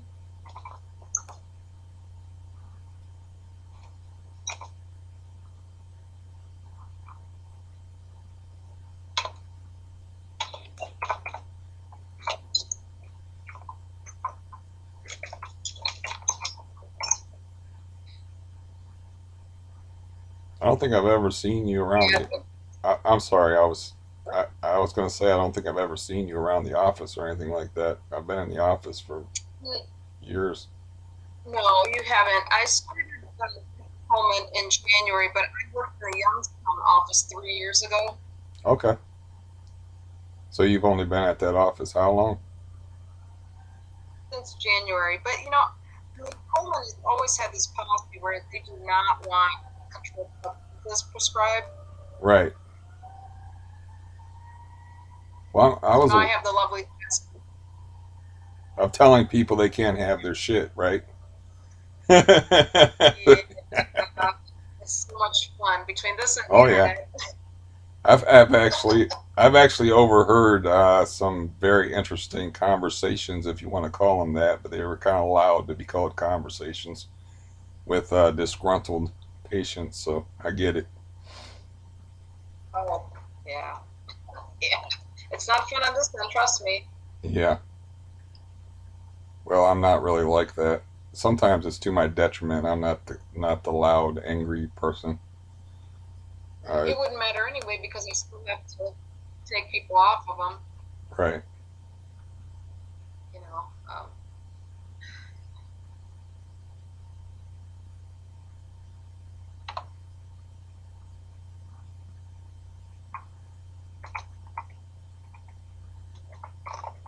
So that's the plan It is just to. makes it harder. So that's the plan is to reduce me from 3 to 2 pills a day. Is that the next? Well, since you've already done it, that's good. Yeah. Well, that's what I'm trying right now. That's I'm doing okay so far. Let's put it that way. The benzos are a tricky thing as far as the way they different individuals react different to it, and some people um, take years to get off them and struggle, and some people it's months. Everybody's different, and that's the thing that medical community doesn't realize. You cut everybody down in weeks. Can you say that again, please? In Youngstown, we cut people down in weeks. We did not take months or years. You cut people off in weeks. Yeah, and that was per our medical director. Wow, that's brutal. Did not want us tapering because really, you shouldn't be tapering off the Benzos for years. If you tape, that's not really tapering. It's really not. Yeah. Well, opinions vary on that one. It depends on which medical person you're talking to. Right, but the longer you spend it, the longer you're addicted to it. Well, of course. So, yeah. I'm saying that is from the patient's point of view, is some people can handle more than other people can handle. So, because their bodies Yeah, react but if you've different been to. on Xanax for a long time, I mean, that's why I really think that you need counseling or help with this. Okay. Any thoughts of hurting yourself or others? Oh, I think about suicide every day, but that's just because I have CRPS. So I think about it every You day. think of suicide every day? Oh yeah, I think about suicide every day. I have a horribly painful knee, limited mobility, very difficult family past, an incurable pain generating disease. I have problems upon problems, and life is not a whole lot of fun for me. So, of course, I'm going to think about suicide every day. Now, What stops you from doing it? what stops me from doing it is probably mostly the relationship I have with my brother. He doesn't deal with death very well. So, it's probably other people. I don't have any particular fear of dying. I've been through unbelievable medical trauma, including having a screw driven in my head while I was awake. That's a fun story, but usually, these appointments you don't have time for stories. But when I had halo traction, the screw in my head slipped, and they told me they were going to tighten it up. And I was like, "Am I going to be awake for this?" And they're like, "Well, we can't put you under because it's not good to put people under in the state that you're in. So yeah, you're going to be awake for it. When are you going to do it? We're going to do it now. What are you going to use?" And they put a toolkit on my chest and pulled out a screwdriver, and it was a regular Phillips screwdriver. They just went ahead and did it. So I saw that you were cardioverted 5 times. yeah, I was cardioverted 5 times. So I got that hanging over my head too. I got like too much stuff to list. Too many reasons to check out. Let's put it that way. So it's a constant threat that I have over my head. I'm on blood thinners to prevent stroke and death, but it's a constant thing that I have over my head, flipping into the dangerous AFib arrhythmia. And, my whole existence can be turned upside down at any moment. I could be calling 911 and You're going not to on, what? you're not on any medications for depression. I'm not any. I'm sorry, that didn't come through. You're not on any medications for depression. For depression? Is that what you Yeah. said? No, You're I'm only not. on Val. Yeah, I don't. I don't like drugs. I don't like taking meds. I don't like taking the meds that I have to take. So, as far as depression, anybody in my situation that's not depressed is a moron or deranged or insane. It doesn't make any sense. Okay. Right. So, but here's the thing. I mean, I can't just keep prescribing Valium for you Well, yeah, because if you're depressed, that's not indicated for no, depression. no. The volume is not a matter of depression. It's a matter of physical dependence and how my body reacts to it. Because I have a Right. fragile. If you'll let me finish, because I have a fragile physical state, it's a different situation than with other people because I got that heart condition and stuff. It's like a game of chicken as far as dealing with the withdrawal symptoms. And the CRPS is a really freaky disease. It's an autonomic disease, and the withdrawal plays hell with it. So it's not like you're dealing with withdrawal with a healthy person. So it's a different thing. I'm not taking the Valium. The only reason I'm really taking the Valium is uh, I do have a very stressful life, and that's the reason why it was prescribed for me in the first place. But It's a Okay, matter. but here's the It's a thing: if matter you of. It's a matter of prescribe, dependent. Go ahead. I talked long right, enough. Go ahead. if you're dependent, then the appropriate treatment is for you to get inpatient treatment to wean you off of it. But we can't just keep prescribing Valium. You know, I mean, Oh, like I didn't with ask you to. depression. I didn't I mean, ask. we're not Yeah. depression. No, no. The volume isn't for the depression. It's not for the depression. Yeah. Okay, so, but you're having depression though. Well, yeah. I'm saying the depression is a logical consequence of my circumstances. It's not like a depression with other people. Do you want to take an antidepressant? Do you want to try an antidepressant? No, I don't. No, Bree, I So you don't. don't want any antidepressant? No, it's it's just logical for somebody in my situation to be depressed. I don't understand why that uh, anybody in my Okay. situation wouldn't be depressed. It wouldn't make any sense. Okay, I get it. I mean, there are reasons that you can improve your mood with antidepressants. I don't want to take antidepressants. I've been on antidepressants before. It wasn't a good experience for me. Okay. All right. So It's if not. you don't want to take any antidepressants, I mean, we can't just keep seeing you and giving you Valium. Well, I'm not asking you to. I'm not You know, asking. we I'm not asking you try to to. help you. Okay. Yeah, I'm not. I'm not asking you to see me for the sole purpose of scoring volume. I'm trying to get help coping with life in general. So, okay. So the way my purpose is to prescribe medication. Okay? I don't do the counseling, but we have counselors who can help you with the coping skills. If you'd like that, we can get you referred for counseling. Well, I don't have an issue with that. I had a counselor that came to my house and sat with me. I mean, I don't have Okay. any. I had. I think I had the last counselor I had doesn't work there anymore, but I think his name was Brent. He would come and see me. So, I mean, Um, would you like me to refer you to counseling? yeah, if you could have somebody come here, it's really hard for me to get around. I don't, I don't I know if they can do that. I mean, they could do the same thing that I'm doing. They can see you either via telehealth or they can call you on the phone. I don't know if they can your house. I don't know. Oh, well, if they can call me, that's the same difference to me. I mean, it's the same. Okay. It's actually less Okay. annoying from my perspective. Yeah. Yeah. I don't know if they actually come out or not, especially during COVID. Yeah, well, it depend. At the time, the policy was they wore masks and it was up to the client. And then the Brent guy would come here and he'd ask me, "Do you want me to wear a mask or not?" And I'm like, "It's up to you." So I wasn't aware that they did that. yeah, well, that was before you got there. They might do things differently at your other office. I mean, I don't know. As far as Was the he a counselor or a case manager? excuse me, Was he a counselor or a case manager? he might have been a case manager. Um, Okay, because they do go out. yeah, but I mean, before COVID, I had a counselor come out.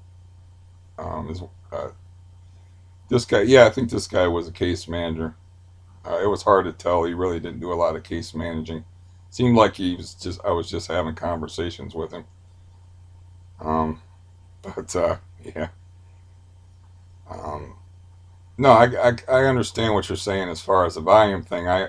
My point was is because I have the heart thing, I have the CRPS thing, and I have existing conditions. It's not like you're dealing with somebody that's healthy and you can just. I mean, I I have get to. it, but you Uh, also need to have a primary care doctor to take care of those physical conditions. yeah, I get that. I need a primary caregiver. My other one's in jail. The one I had in jail, the second one I tried was Dr. Mason. And then, like, just recently, I tried to get hooked up with Life Care. And they got a thing where, like, you leave a message and then they call you back and they never called you back. But as I said at the beginning of the phone call, I'm having a lot of problems with inertia and just not having any desire to do anything as part of the depression. So, I don't feel particularly motivated to address my issues because addressing them in the past has not really gained me anything. Like, for instance, my knee, I've been to like every orthopedist that covers me, and my knee has actually gotten worse. I've been to orthopedists that refused to treat me. I had a procedure done on it that didn't work. It's not like I had put in the effort and it actually got worse. So it, it's I'm not really motivated. Let's put it that way. So, but you don't want to try any antidepressant to help you with motivation and mood? No, no, I don't like taking medications, and I have weird reactions to them, and I just have a lot of health conditions. It's kind of like don't rock a sinking ship. I have a lot of health conditions, so I don't like to mess with a lot of different medications because I don't know how it's going to react with the CRPS. It's a very weird autonomic disease that affects all tissue groups. It's probably the cause of my arrhythmia, but they don't really know. And I just don't, it's I don't like to take any. I have this stuff called Flecainide for something like that, Flecainide. Anyways, I have bottles and bottles of it around here, and I'm supposed to take it in case I have arrhythmia, and I won't. I haven't touched the stuff because I'm not going to take it unless I'm stuck in arrhythmia. And fortunately, for the last year and a half, I haven't had a case of arrhythmia where I stayed in arrhythmia. It will go out of rhythm, and then I'll relax and breathe and not get freaked out by it, and it'll go back into rhythm. Luckily for me, I can feel the difference. A lot of people can't. A lot of people can't feel when their body that well, and they can't feel when they go in and out of arrhythmia, but I can, which is a blessing and a curse, which means when I'm in arrhythmia, it's utter torture. But at least I know what's going on inside my body, and I can address it, and get the emergency room. All right. So what's your sleep? Oh, my sleep is, I got a decent sleep schedule. I have a lot of dreams. I don't feel like I get a good sound sleep. I'm taking melatonin. It works really good. I got one refill left on that. Um, but yeah, I got a good sleep pattern hammered out. Like today, I woke up at 7 o'clock, and yeah. Um, so the main problem with me is me getting to sleep because of the chronic pain. And I've been trying to exercise lately. So I'm trying to help my mood out by exercising and picking up the weights again, which I've only been doing that for a week instead of just laying around. And uh, yeah, so that's increased my pain a little bit, but in the long run, it'll be good for me. Exercise is always good. So yeah, the answer to the question of sleep is, yeah, I do okay.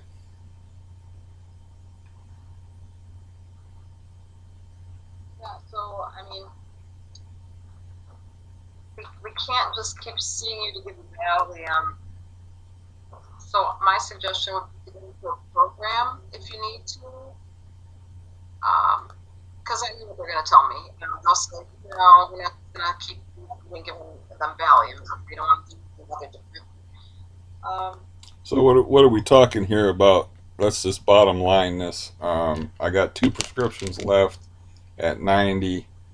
So what are you going to prescribe for me and for how long? If we, you can just tell me bluntly. well, I don't know because I'm not going to do anything if you have two refills because I'm going to have to taper you off of it.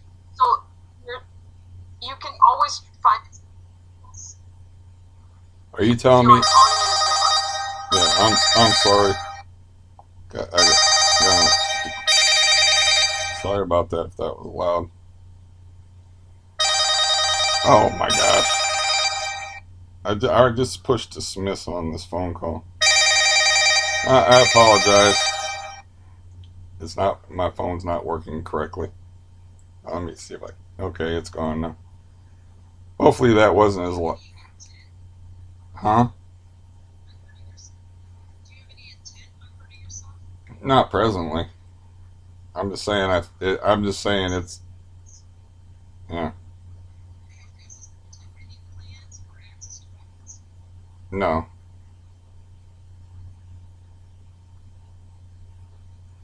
I, I'm not sure I understand this. Is you're saying that you're not going to prescribe?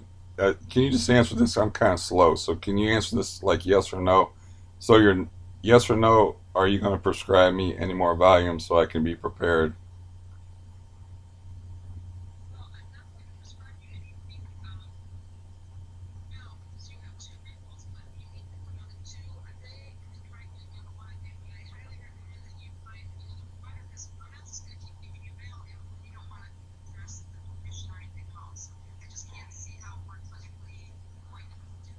So the answer is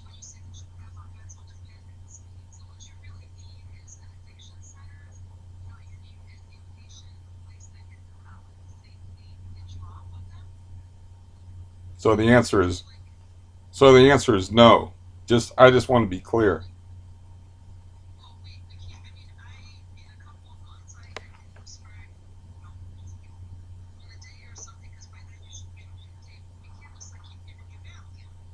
So you're saying that so you're saying that you will prescribe for me in the future, but at significantly lower doses.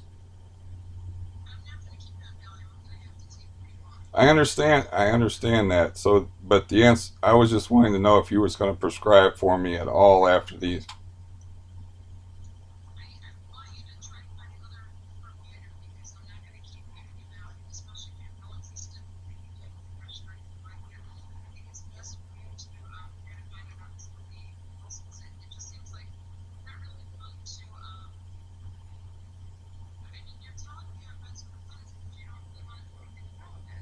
So you're telling me that if I don't take antidepressants, then you're not going to prescribe me Valium. You're not going to keep. Okay, that's the answer I wanted to hear, one way or another. So, okay, so the answer is the answer is the answer is no. And if I want to get Valium, I have to get it from somebody else. Is that what I'm hearing?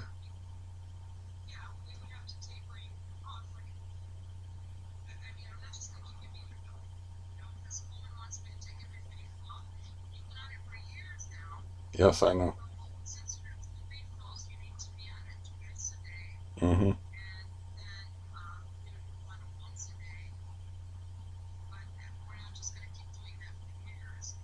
Yeah, yeah. So what you're telling me is that it's not a hard no. It's like we're going to drop you down significantly. Is that what you're telling me? Because I'm kind of not.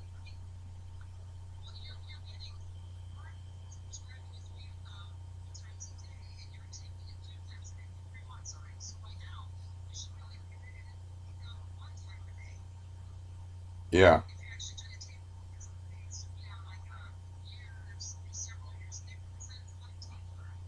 I understand. I'm just trying to get like.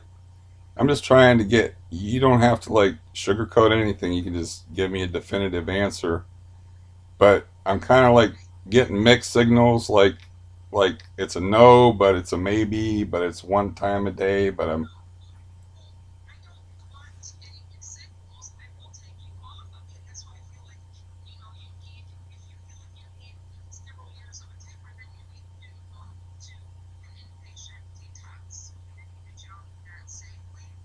hmm.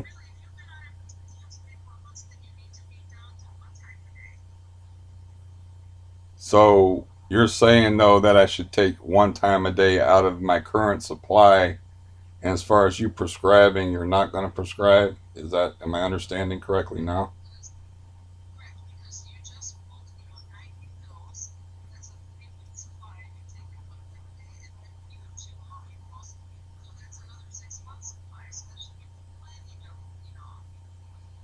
Okay.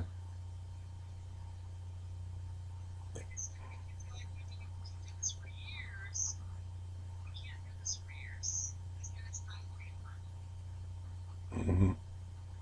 Now, if you have medical conditions, I would definitely, like I said, you need a PCP because you're telling me like you're really, really ill and all this, but yet you have nobody taking care of your medical needs. Well, that wasn't my choice. My doctor got convicted, and then I had to find a new doctor. And the new doctor, That's all like, uh, there are other places. I You're understand the that. only doctor on the planet. I understand that. I got another doctor. It didn't work out with that doctor too. I tried to get another doctor after that, and they haven't hit me back. And now, kind of like I said, I got like an inertia thing going on. At some point, it's gonna have to be up to me to make the calls and to take charge of things. It's just right now, like I said, I kind of got an inertia thing going on. I just have to snap myself out of it, and I will. Um, I could definitely send you into counseling if you don't want to take any meds. well, yeah, if you want to have somebody call me, set me up with an appointment, I'm amenable to that. I think that would be smart.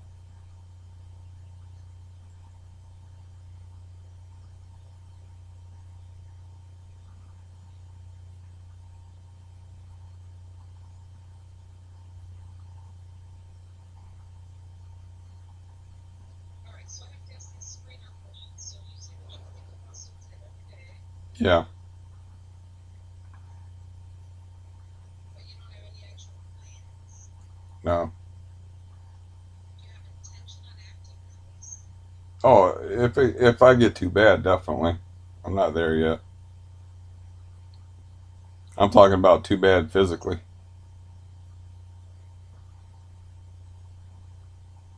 Like, have you had thoughts about how you're going to do it? Have you started to work out the details of the plan? Well, If there is a plan. I don't keep a gun in the house for that reason, or I wouldn't be here talking to you. So, um, Okay, so that's good. Have you ever done anything, started to do anything, or prepared to do anything to end your life? I have to ask this every single time I talk to I somebody. know. No.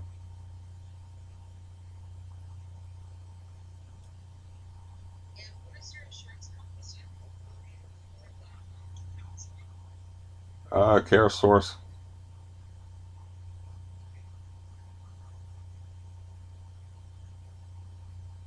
Okay, so let me do that.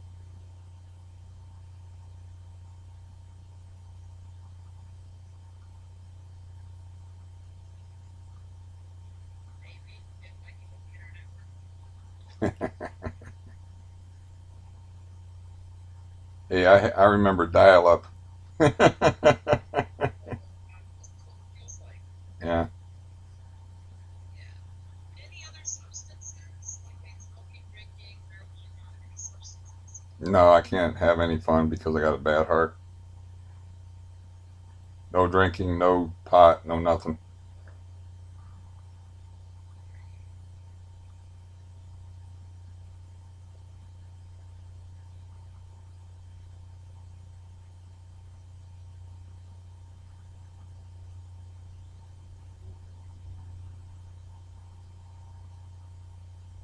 You disappeared on the screen. Can you still hear me?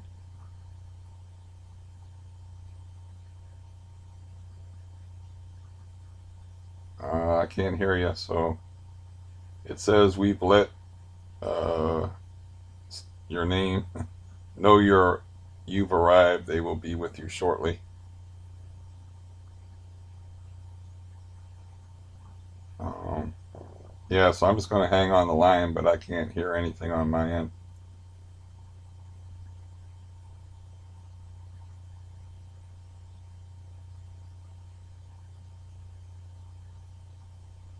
Maybe they're transferring me to a counselor. I don't know.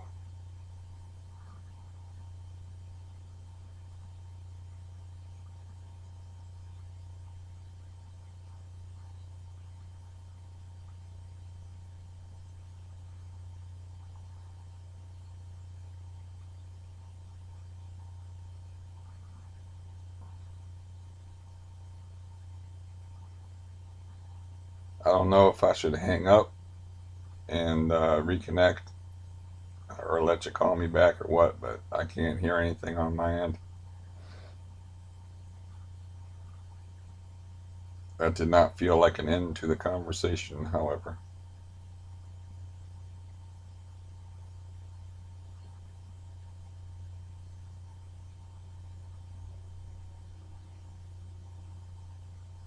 I think I'm on hold, but I don't know.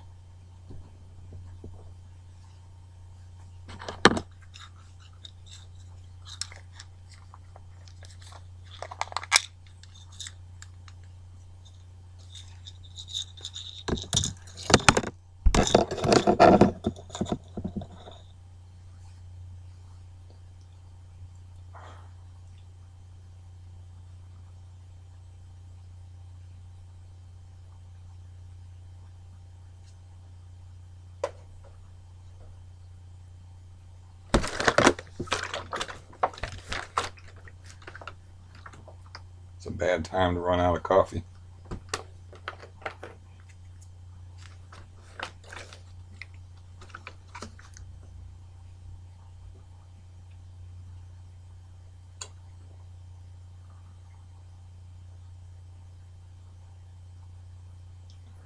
I don't know what's going on, Bree, but I'm going to hang up.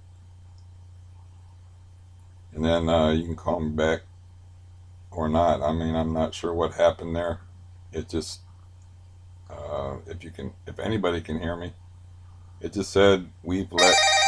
Okay. Oh, what the hell's going on?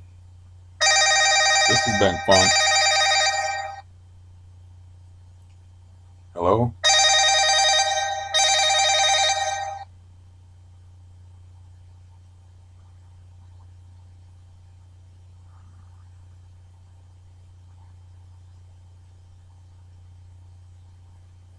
Hello? Hello? Hi, I'm Steven. This is him. Hi, this is Bree again. I was booted off the internet. Yeah, I kind of didn't know what happened.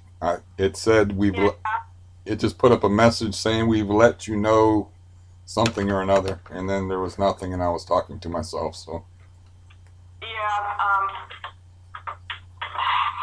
and then I couldn't find your number because I couldn't get back on the internet. It wouldn't allow me to access anything, so that's what took a while. It's okay. Alright, hang on a second. So I'm sending that referral for counseling. Yeah.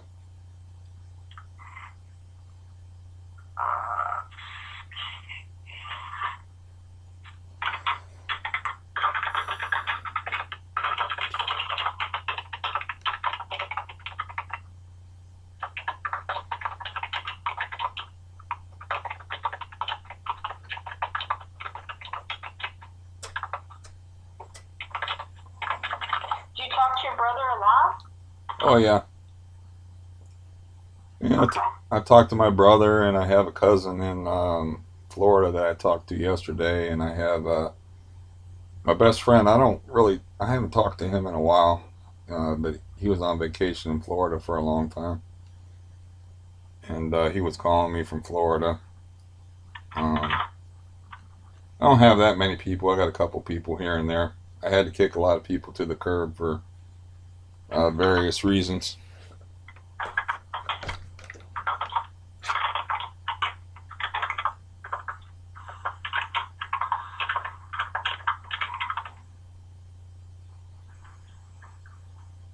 Alright, so I sent that in. There we go.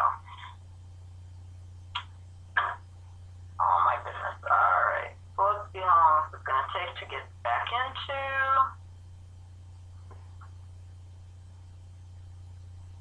Okay, so you don't want me to prescribe any antidepressants. We went through the screener. We're not doing any labs. So what are you actually just taking? Just the Valium and melatonin? And my heart meds. I got a couple. Do you feel like your depression is getting worse or staying the same? I've been like this a while, so it's staying the same. I've actually, since I've started exercising, my mood's a little better. Oh, okay.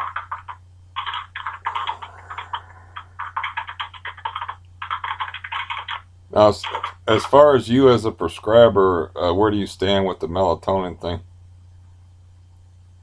I mean, if it's helping you to sleep, that's fine. You can always buy it over the counter, or we could send it in. Yeah. Well, I bought.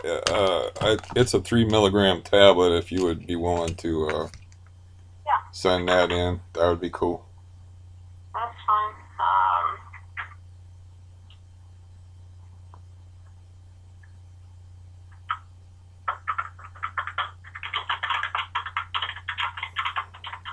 So, how would you rate your depression on a scale of 0 to 10 if 10 is suicidal overall? I put it at a 9. Oh, wow. Okay, if you change your mind, though, you let me know. I mean, we can always try a very low dose of something. How about your anxiety? How would you rate your anxiety? Is that getting better, staying the same, getting worse? Most of my anxiety is mostly centered around my health issues, so it stays the same because my health issues don't change. Okay. Um, I mean, the only real change in my physical condition or any of my health issues is on September 22nd of last year. A physician's assistant named Jeff Wilhelm bent my knee back too far and injured it at Dr. Mason's office. And since then, walking's been real problematic. I was walking with a cane before that, or a walker, and the pain level is through the roof. I got something called a Baker's cyst, which you may or may not be familiar with, in the back of my knee, Yeah. I, and pretty much everyone I've ever talked to that's had a Baker's cyst, in the first sentence they utter an obscenity like, "Oh shit, those hurt." You know, if they're familiar with them, they're extremely painful. well, you gotta be seen by somebody to help you out with this pain. I've already been through the mill with that, but yeah, sure. I mean, I gotta have even just to get the gabapentin prescription. I don't have it. You know, I don't have any primary caregiver right now. Like I said, I talked. Andrea Beaver. Yeah, she hooked me up with Life Care, and they never called me back. So it's going to be up to me to call them. And like I said, it's going to be up to me to manage my own situation and take care of my own business. So I just have to snap out of the funk I'm in and start doing what I'm supposed to be doing. And you can do that without medication. You don't necessarily need medication to do that. Like I, Right, right. like I said, this isn't like a clinical depression. Like, I'm familiar with that because my brother has that, where he's healthy but doesn't want to do anything, or doesn't want to go for walks, or doesn't want to go fishing, or do the things that he likes to do. This is like the highest rated chronic pain disease there is, plus a Baker's cyst in the knee, plus not being able to walk, plus a heart condition, plus. This is a whole bunch of shit piled down on top of me all at once. So that's why I say the depression is logical. The feelings of hopelessness as far as dealing with all of that. That's all logical, and um, it's not like I haven't tried a lot to deal with the knee. I've been to many different orthopedists. I even had the guy that's in jail shoot me up with cortisone for it, send me to orthopedists, and he was even addressing the knee issues before he got thrown in jail. So it's not something that I haven't tried to deal with. It's just nothing has worked, and a lot of doctors don't want to deal with me because I have heart trouble and CRPS, and I'm a high risk sort of client, if you want to put it that way. So I'll go to an orthopedist, or I'll try to find an orthopedist, and they're like, "We don't want you as a patient." It's something you run it if you have a rare incurable disease. It's just something you run into because they have to deal with malpractice rates, and also they like to have patients they can treat successfully. And if you look like a lost cause, they don't want to deal with you. This is just a fact of my existence. Okay, so I can't speak to any of the medical stuff, right? But you do need somebody to take care of the medical concerns. So whether that's a cardiologist or a neurologist or whoever takes care of that, I mean, you need to find someone, at least a primary care doctor, who can refer you to these specialties. Because I mean, clearly you're not like the worst. You don't have like the worst medical conditions on the planet. There are people who are far sicker than you are, right? There's always that. There's always somebody who's far sicker. There's always somebody who's better, right? So you're not the sickest person on the planet. Now I get it, but so I sent over the referral for counseling. So I think that at least will help you. It's not like I can say, oh yeah, you have to take these medications. No, you don't. But I think that if you've been on the benzos the twice a day for like at least 3 months, it's time to go down to the once a day.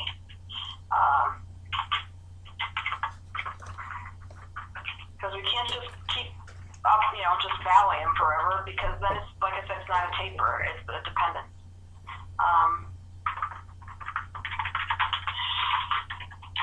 Well, the two aren't mutually exclusive, but I understand what you're saying. you, I actually have been tapering. It's just been a very, very slow process. With, like I said, I went down to too low of a dose, and Mark Del Prado told me, no, no, no, don't do that. Go back up. So I was actually instructed to take more because I was putting my health at risk taking too little. Okay. So that's why I think that you need an inpatient detox. If your health is that bad, then you do need to safely detox. And the best way to do it would be through an inpatient detox. If you're that fragile, if your health is that fragile, then you do need inpatient stabilization to safely withdraw you. But we can't just keep giving Valium for years, because we're not doing you any good. We're really not helping you that way. Yeah, I got that.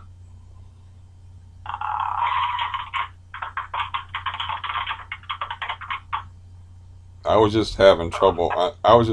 You're new to me, so I was just having trouble understanding what you were saying. So. Yeah, I mean, they don't want, and really, I've never tapered somebody for years. Like I said, we did it in weeks at the other place. But you've been on the 5, and really, that's a small dose, 5 milligrams twice a day. So I would do the 5 milligrams once a day. Or even if those are big enough to cut in half, try taking a half a pill twice a day. I mean, it's up to you, but I'll send in the melatonin.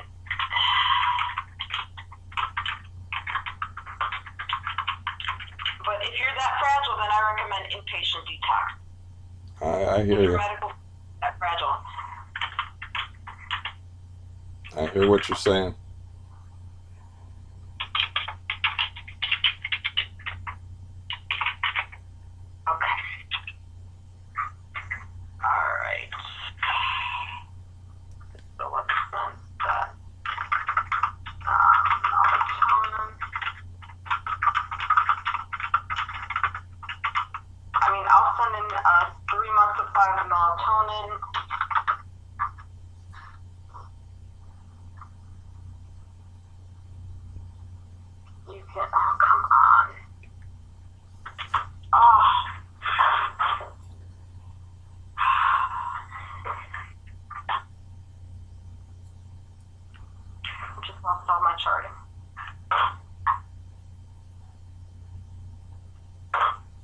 Is this a problem you have frequently that makes you want to hurl computers at the wall or anything? Yes, it's going on every single day. Every single day, I have to retype everything that I just typed. They supposedly fixed it on Friday. They did not.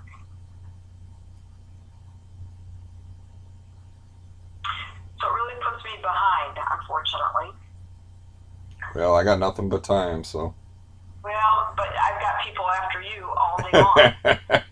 I actually was aware that was a foolish thing for me to say as I said it. So. Yeah, you are not the only person on my schedule by any means, and it's just going to keep happening all day long. Well, you can end this anytime you want, because I think we got it pretty well hammered out. Okay, so when do you want to follow up? As far as you and me, I don't know, month. Is that too soon? It could be a month, could be 2 months. I mean, I'm just going by past history with Mark Del Pra, but it's up to you.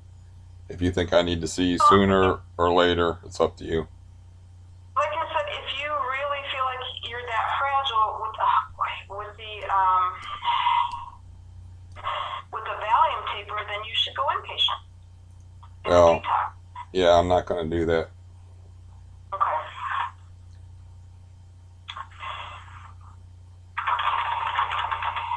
All right. I mean, we can follow up in a couple months and see how you do. Okay. Okay. I'm not able to schedule you though, so if you can, when you have a chance, you can call back the regular line, and then they can schedule you. Yeah, that's fine. Okay. I really wish you well. I hope that you find somebody soon to help you So out.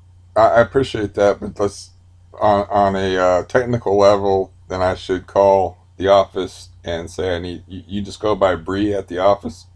Yes. Yes. Mm-hmm. Okay, you can go ahead with what you're saying. I'm sorry to interrupt.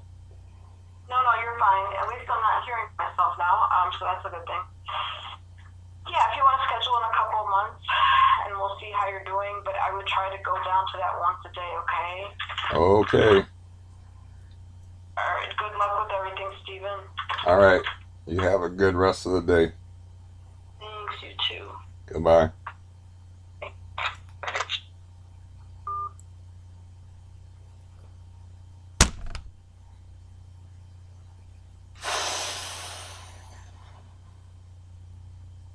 And that is why you stockpile in mass quantities if you can. I did not, yeah, that did not go as expected. And yeah, I did not make that phone call. This video is at 2 hours and 1 minute. I swear to God, I got a piece of paper right here that's all like blurry. But right there, I don't know if you'll be able to read that because it's all blurry because I probably laid on it and sweated on it or something. But it says the 8th, 5 p.m. It is 11:51 in the morning. So somebody fucked up, and I don't think it was me. Because, yeah, if she called at, that seemed like a long time, but say our appointment was for 11. If she called at 11, 11 and 5 don't sound anything alike. So I kind of got ambushed there. And my big mistake was I forgot what my dosage was on my volume, so I started off on the wrong foot right away, and I said 2 times a day instead of 3 times a day. And since I get 90 pills for a 30-day period, it's 3 times a day, 5 milligrams. But I've only been taking 5 milligrams a day. So when she's saying we want to cut you back down to 1 pill, that's currently what I'm taking, except for, the random day here and there. Like I have 90 pills, and then the last period I had 53 left over, which if you subtract, 1 pill a day would be 30. So, if you have 53 left over, that means you took, what? I don't know. My head's fucked up. That means you took 37. So instead of taking 30, which would be 1 pill a day, you took 7 more than what she's saying I should cut down to. And she's got me at 2 pills a day. But it took me fucking forever to get her to just say, no, I'm not going to prescribe for you anymore. That's all I wanted her to fucking say, because then she said, like, well, we can take you down to 1. When really what she meant was, you can take you down to 1, because that's what she was saying was, you need to take your current supply and make that shit last. And it's like, just give me a fucking definitive answer, man. And she said, like, at her other office she works at, that was another branch of Coleman. I'm sure you got that because I mouthed it at the camera. And I don't know, like when I was doing the teleconferencing, thought I had it on speaker. I'm pretty sure I had it on speaker, but it was real quiet. And then you'll notice it got loud once, the phone call was interrupted, and it was just a phone call and not a video conference. So when the video conference got interrupted, you heard that where she said that they cut people off in weeks from benzos in weeks, not months, weeks. And I've tried to explain to her like everybody is different. Some people have physical conditions they got to deal with. She wasn't hearing none of that shit. She's like, well, if you're that fucking fragile, they don't. This is what you deal with, man, when you deal with fucking benzos, and this is why, like, hold on a minute.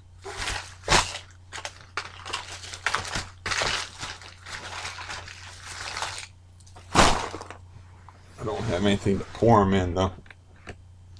This is why I got another bottle over there with 53 pills in them, right?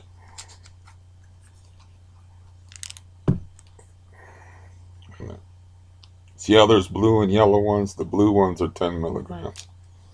The bottle's all the way up. 53 pills, like, fills a bottle up to here. So if I counted these out, there would probably be like there's a massive supply, and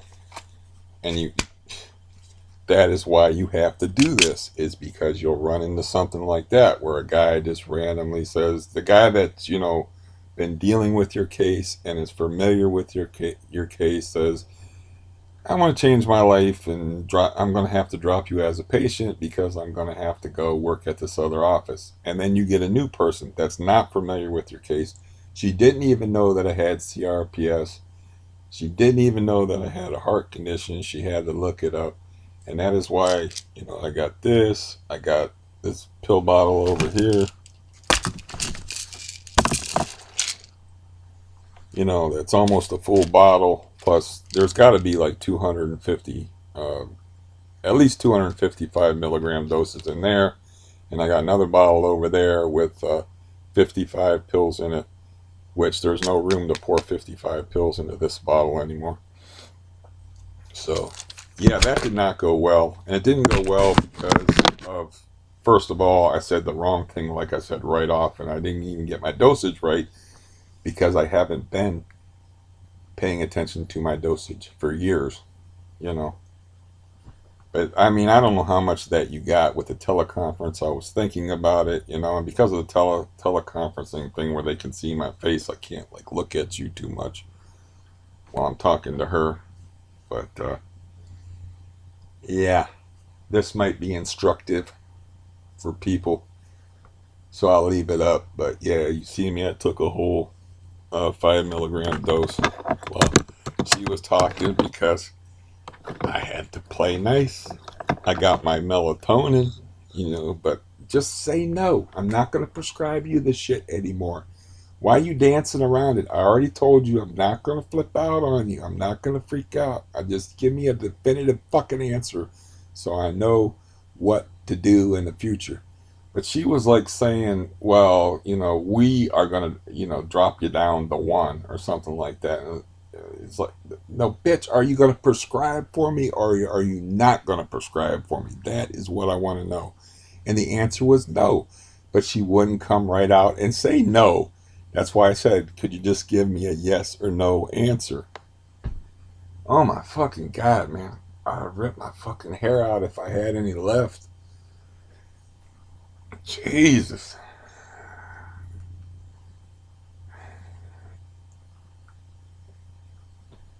I'm not going into no inpatient thing where they're like monitoring my heart. I can monitor my heart. I can feel what's going on with me already, So, unless I can get somebody else to prescribe Valium for me, this is kind of D-Day as far as the volume. But I got like a massive supply.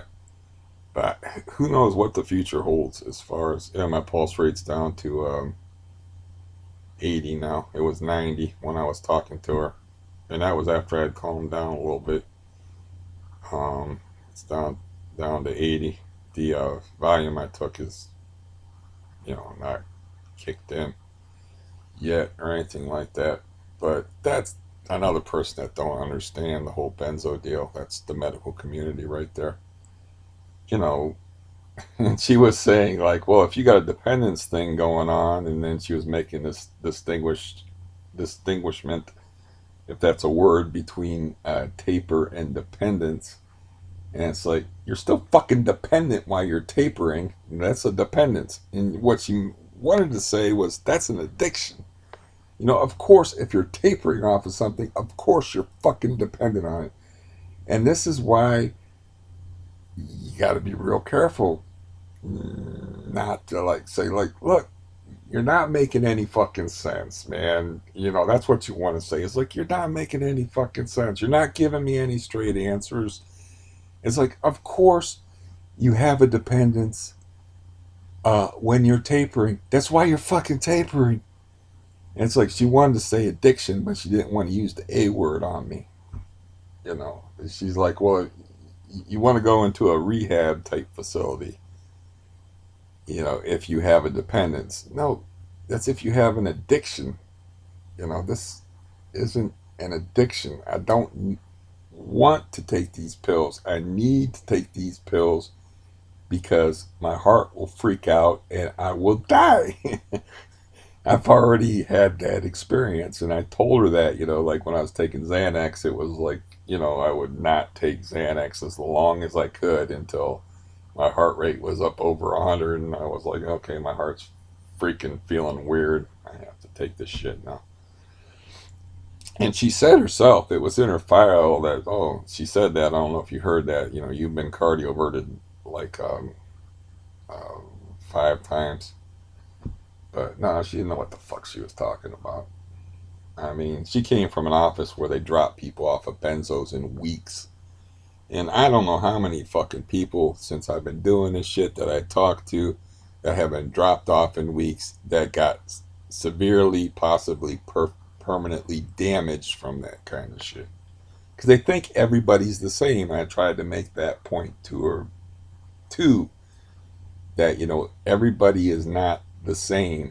You know, you're dropping people off in weeks, and for some people that's cool. For other people that ruins their whole fucking life.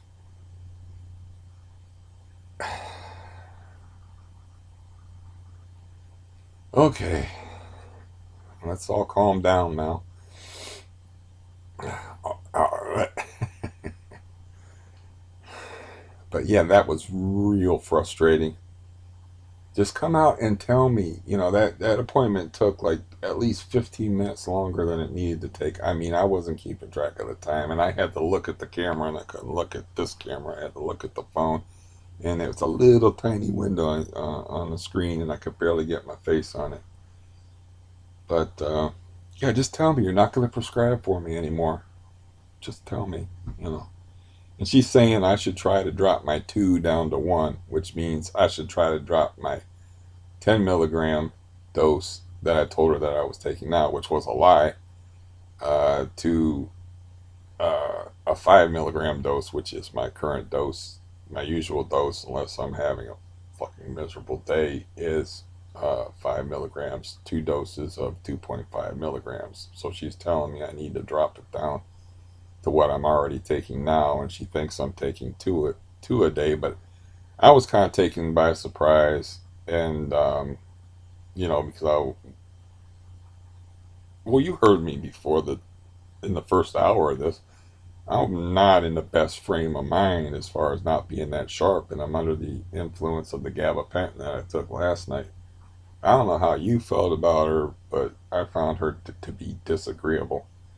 I tried to be personable, you know, I tried to, like, you know, sympathize about the computer. You ever feel the computer? How long? I asked her questions about herself and, you know, stuff like that. I said that thing about, like, well, I knew that was a stupid thing for me to say as soon as I said it, which it wasn't a stupid thing to say because she was apologizing for how long it was taking. I was like, hey, I got all day. And of course she doesn't, you know, but, you know, that's just what you do. You got to do the political thing. You can't say, look, you dumb bitch, which is what you want to do.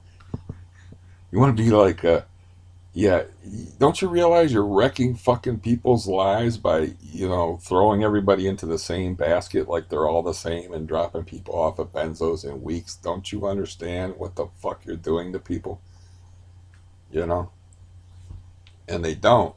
Maybe I should have said that. It didn't really matter anyway. Maybe I should have said that.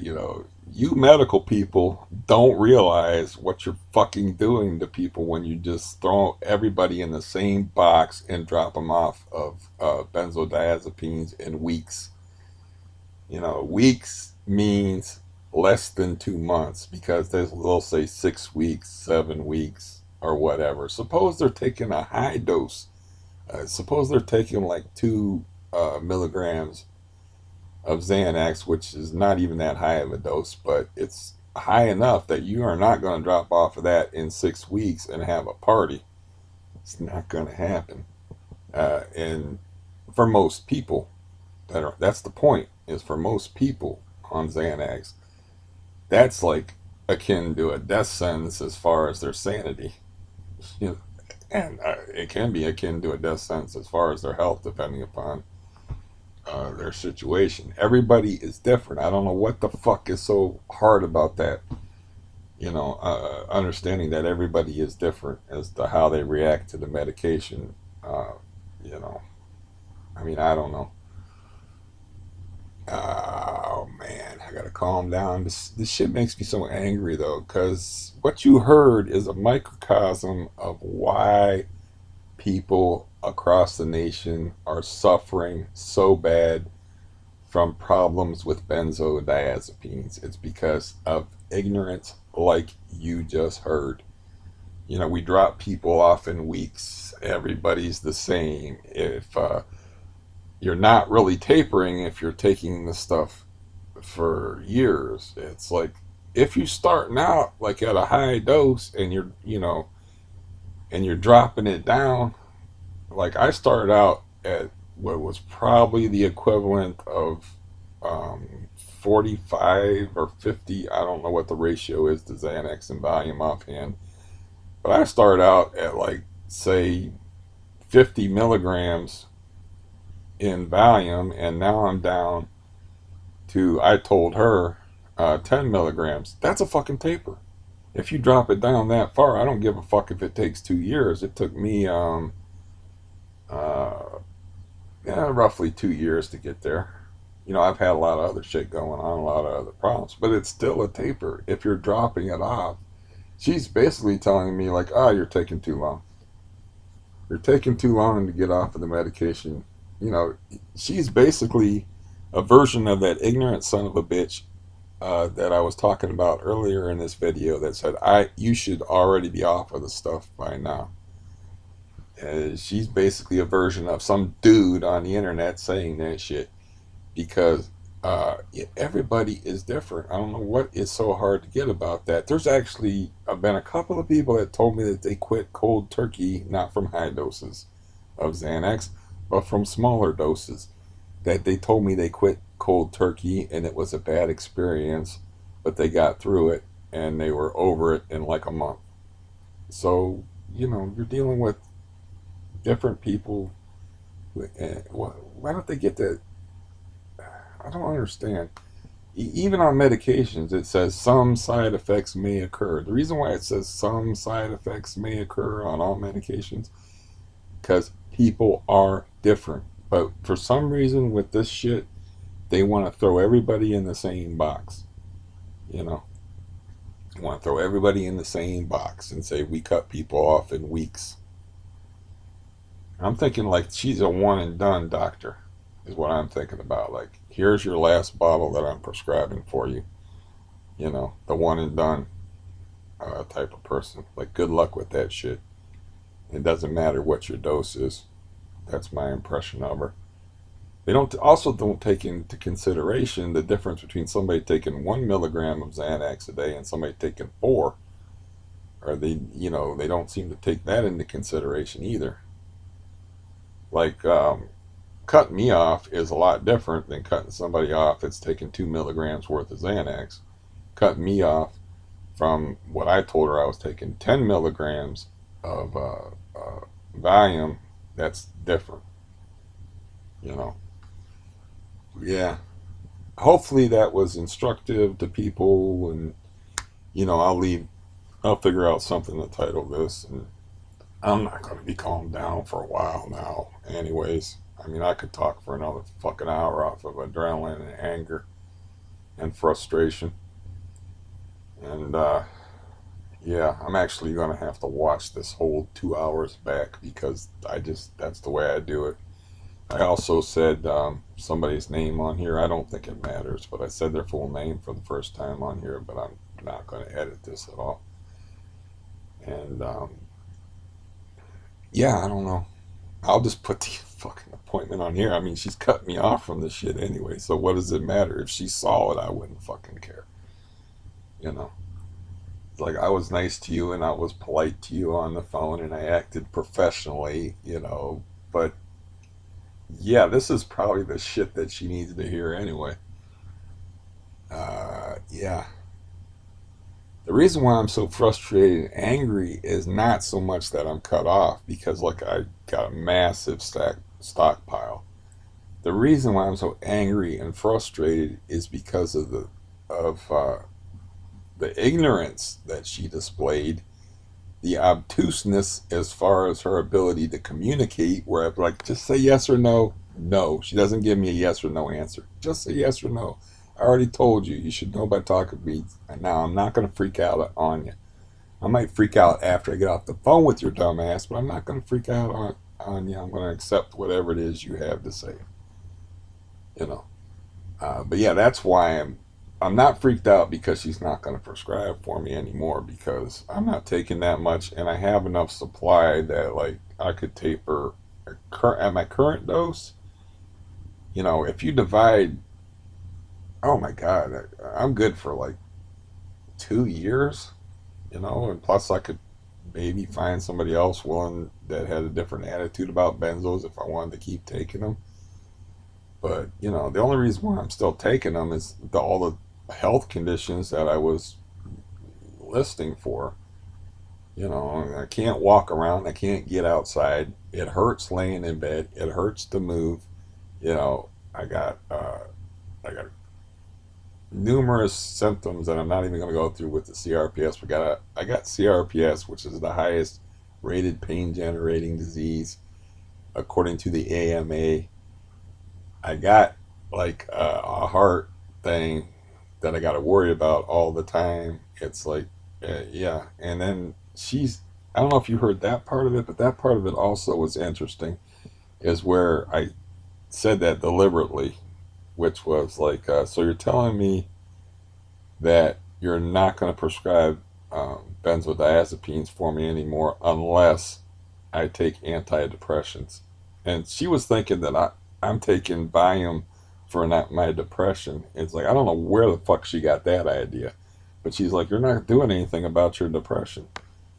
Uh, yeah. So it's kind of like a blackmail type of thing almost. If I was taking like higher doses and I didn't have a huge stockpile, I'd have to say, yeah, I'll take your depressants. Either that or you're going to torture me with withdrawal. You're kind of like extorting me into giving me an antidepressant. If she would have been, it was pretty goddamn clear to me at least that if I would have been like, oh yeah, give me some Zoloft, I'll just name a random one. Give me some Zoloft or some Zymbalta or some sort of antidepressant type of thing. She would have been like, okay, we can keep going with the Valium. You know, it's like, no, I'm not taking Valium for the depression. I don't even know where she'd get that. Nobody prescribes Valium for depression anyway. Okay, I've ranted enough about this stupid phone call and all the holes in it. And I'm saying that's why I'm agitated. Of course I was expecting to be cut off at some point because that is why I have like 500 pills around here. You know, I don't know how, I have at least 300 pills stockpiled, at least 300.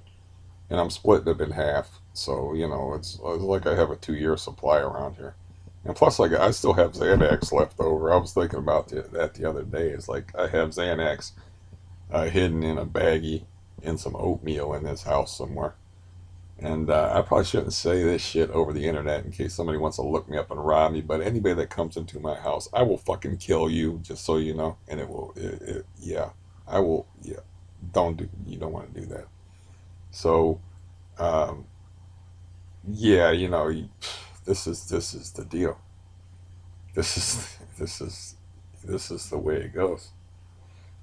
But yeah, I fucked up when I didn't check my bottle. I just spurted out an answer. It's like I should have been like, "Oh, let me check my bottle," and I should have picked up the bottle, and I should have been like, "Oh, it says 90 for." You have to excuse me. I'm all foggy brain because I just woke up. I had a bad night. I should have been a little more careful. And I should have took time and picked up the bottle and looked and said, "Well, the pill bottle says 90 on it." So, but it says, and then just read the bottle. But no, I had to pop off and say that I'm taking them 2 times a day. But I don't think she would have prescribed for me if I was taking them 3 times a day. And I don't get where she says I'm not really tapering if I'm taking it 2 times a day and the bottle says that I'm getting is for 3 times a day. So I don't know where she's coming from that. But goddamn, man, she is a perfect example of why there's like uh, maybe millions of people suffering in this fucking country right now. It's like, man, talk to people, do some kind of research, do something. Like, you don't even fucking know what you're doing when you're dropping people off. You're ruining people's lives. You're ruining families. You're ruining relationships when you do that. When you just like do the one and done or like drop people off in weeks, like she's saying. And the doctor that I was talking about that's in jail, um, he was the same way at first, but I talked him out of it somehow. But he was the same way. He's like, well, usually it takes 1 or 2 months, you know. Uh, there's no usually. It's like you talk to the patient. The Heather Ashton person, and she kind of like, you couldn't see, but she kind of rolled her eyes when I mentioned Heather Ashton. Like, oh, this bitch again haunting my ass. But she's the pioneer as far as getting people off of benzodiazepines, and she's an advocate for patient control, where the patient has control of their taper because the patient knows how they feel, how much they can stand withdrawal wise. And I think that's why she rolled her eyes because she's like, oh, here we go again with this patient advocacy, patients controlling their own situations. What kind of madness is this? No, you get 6 weeks and then you're done. Don't care who you are, what your problems are, you know, or anything. So it's fucking sad, man. It really is. It's horrible. I'm glad I put that. I'm glad I didn't like hang up on this, and I'm glad I put it on the internet so people can get an idea of how people are. Because they're dropping me off. They're dropping me off, man. I got CRPS. I can't walk. My legs don't work. I got a heart condition. I have to catheterize myself. My bowels are iffy. I can't wear a shirt. They're dropping me off. I was trying to explain to her, like, and then she's like, "What? Well, if you're that emotionally fragile, you should be in an in-care patient facility to deal with your dependence." It's like, bitch, everybody gets dependent that takes benzodiazepines for more than a few months. It's the way benzodiazepines work.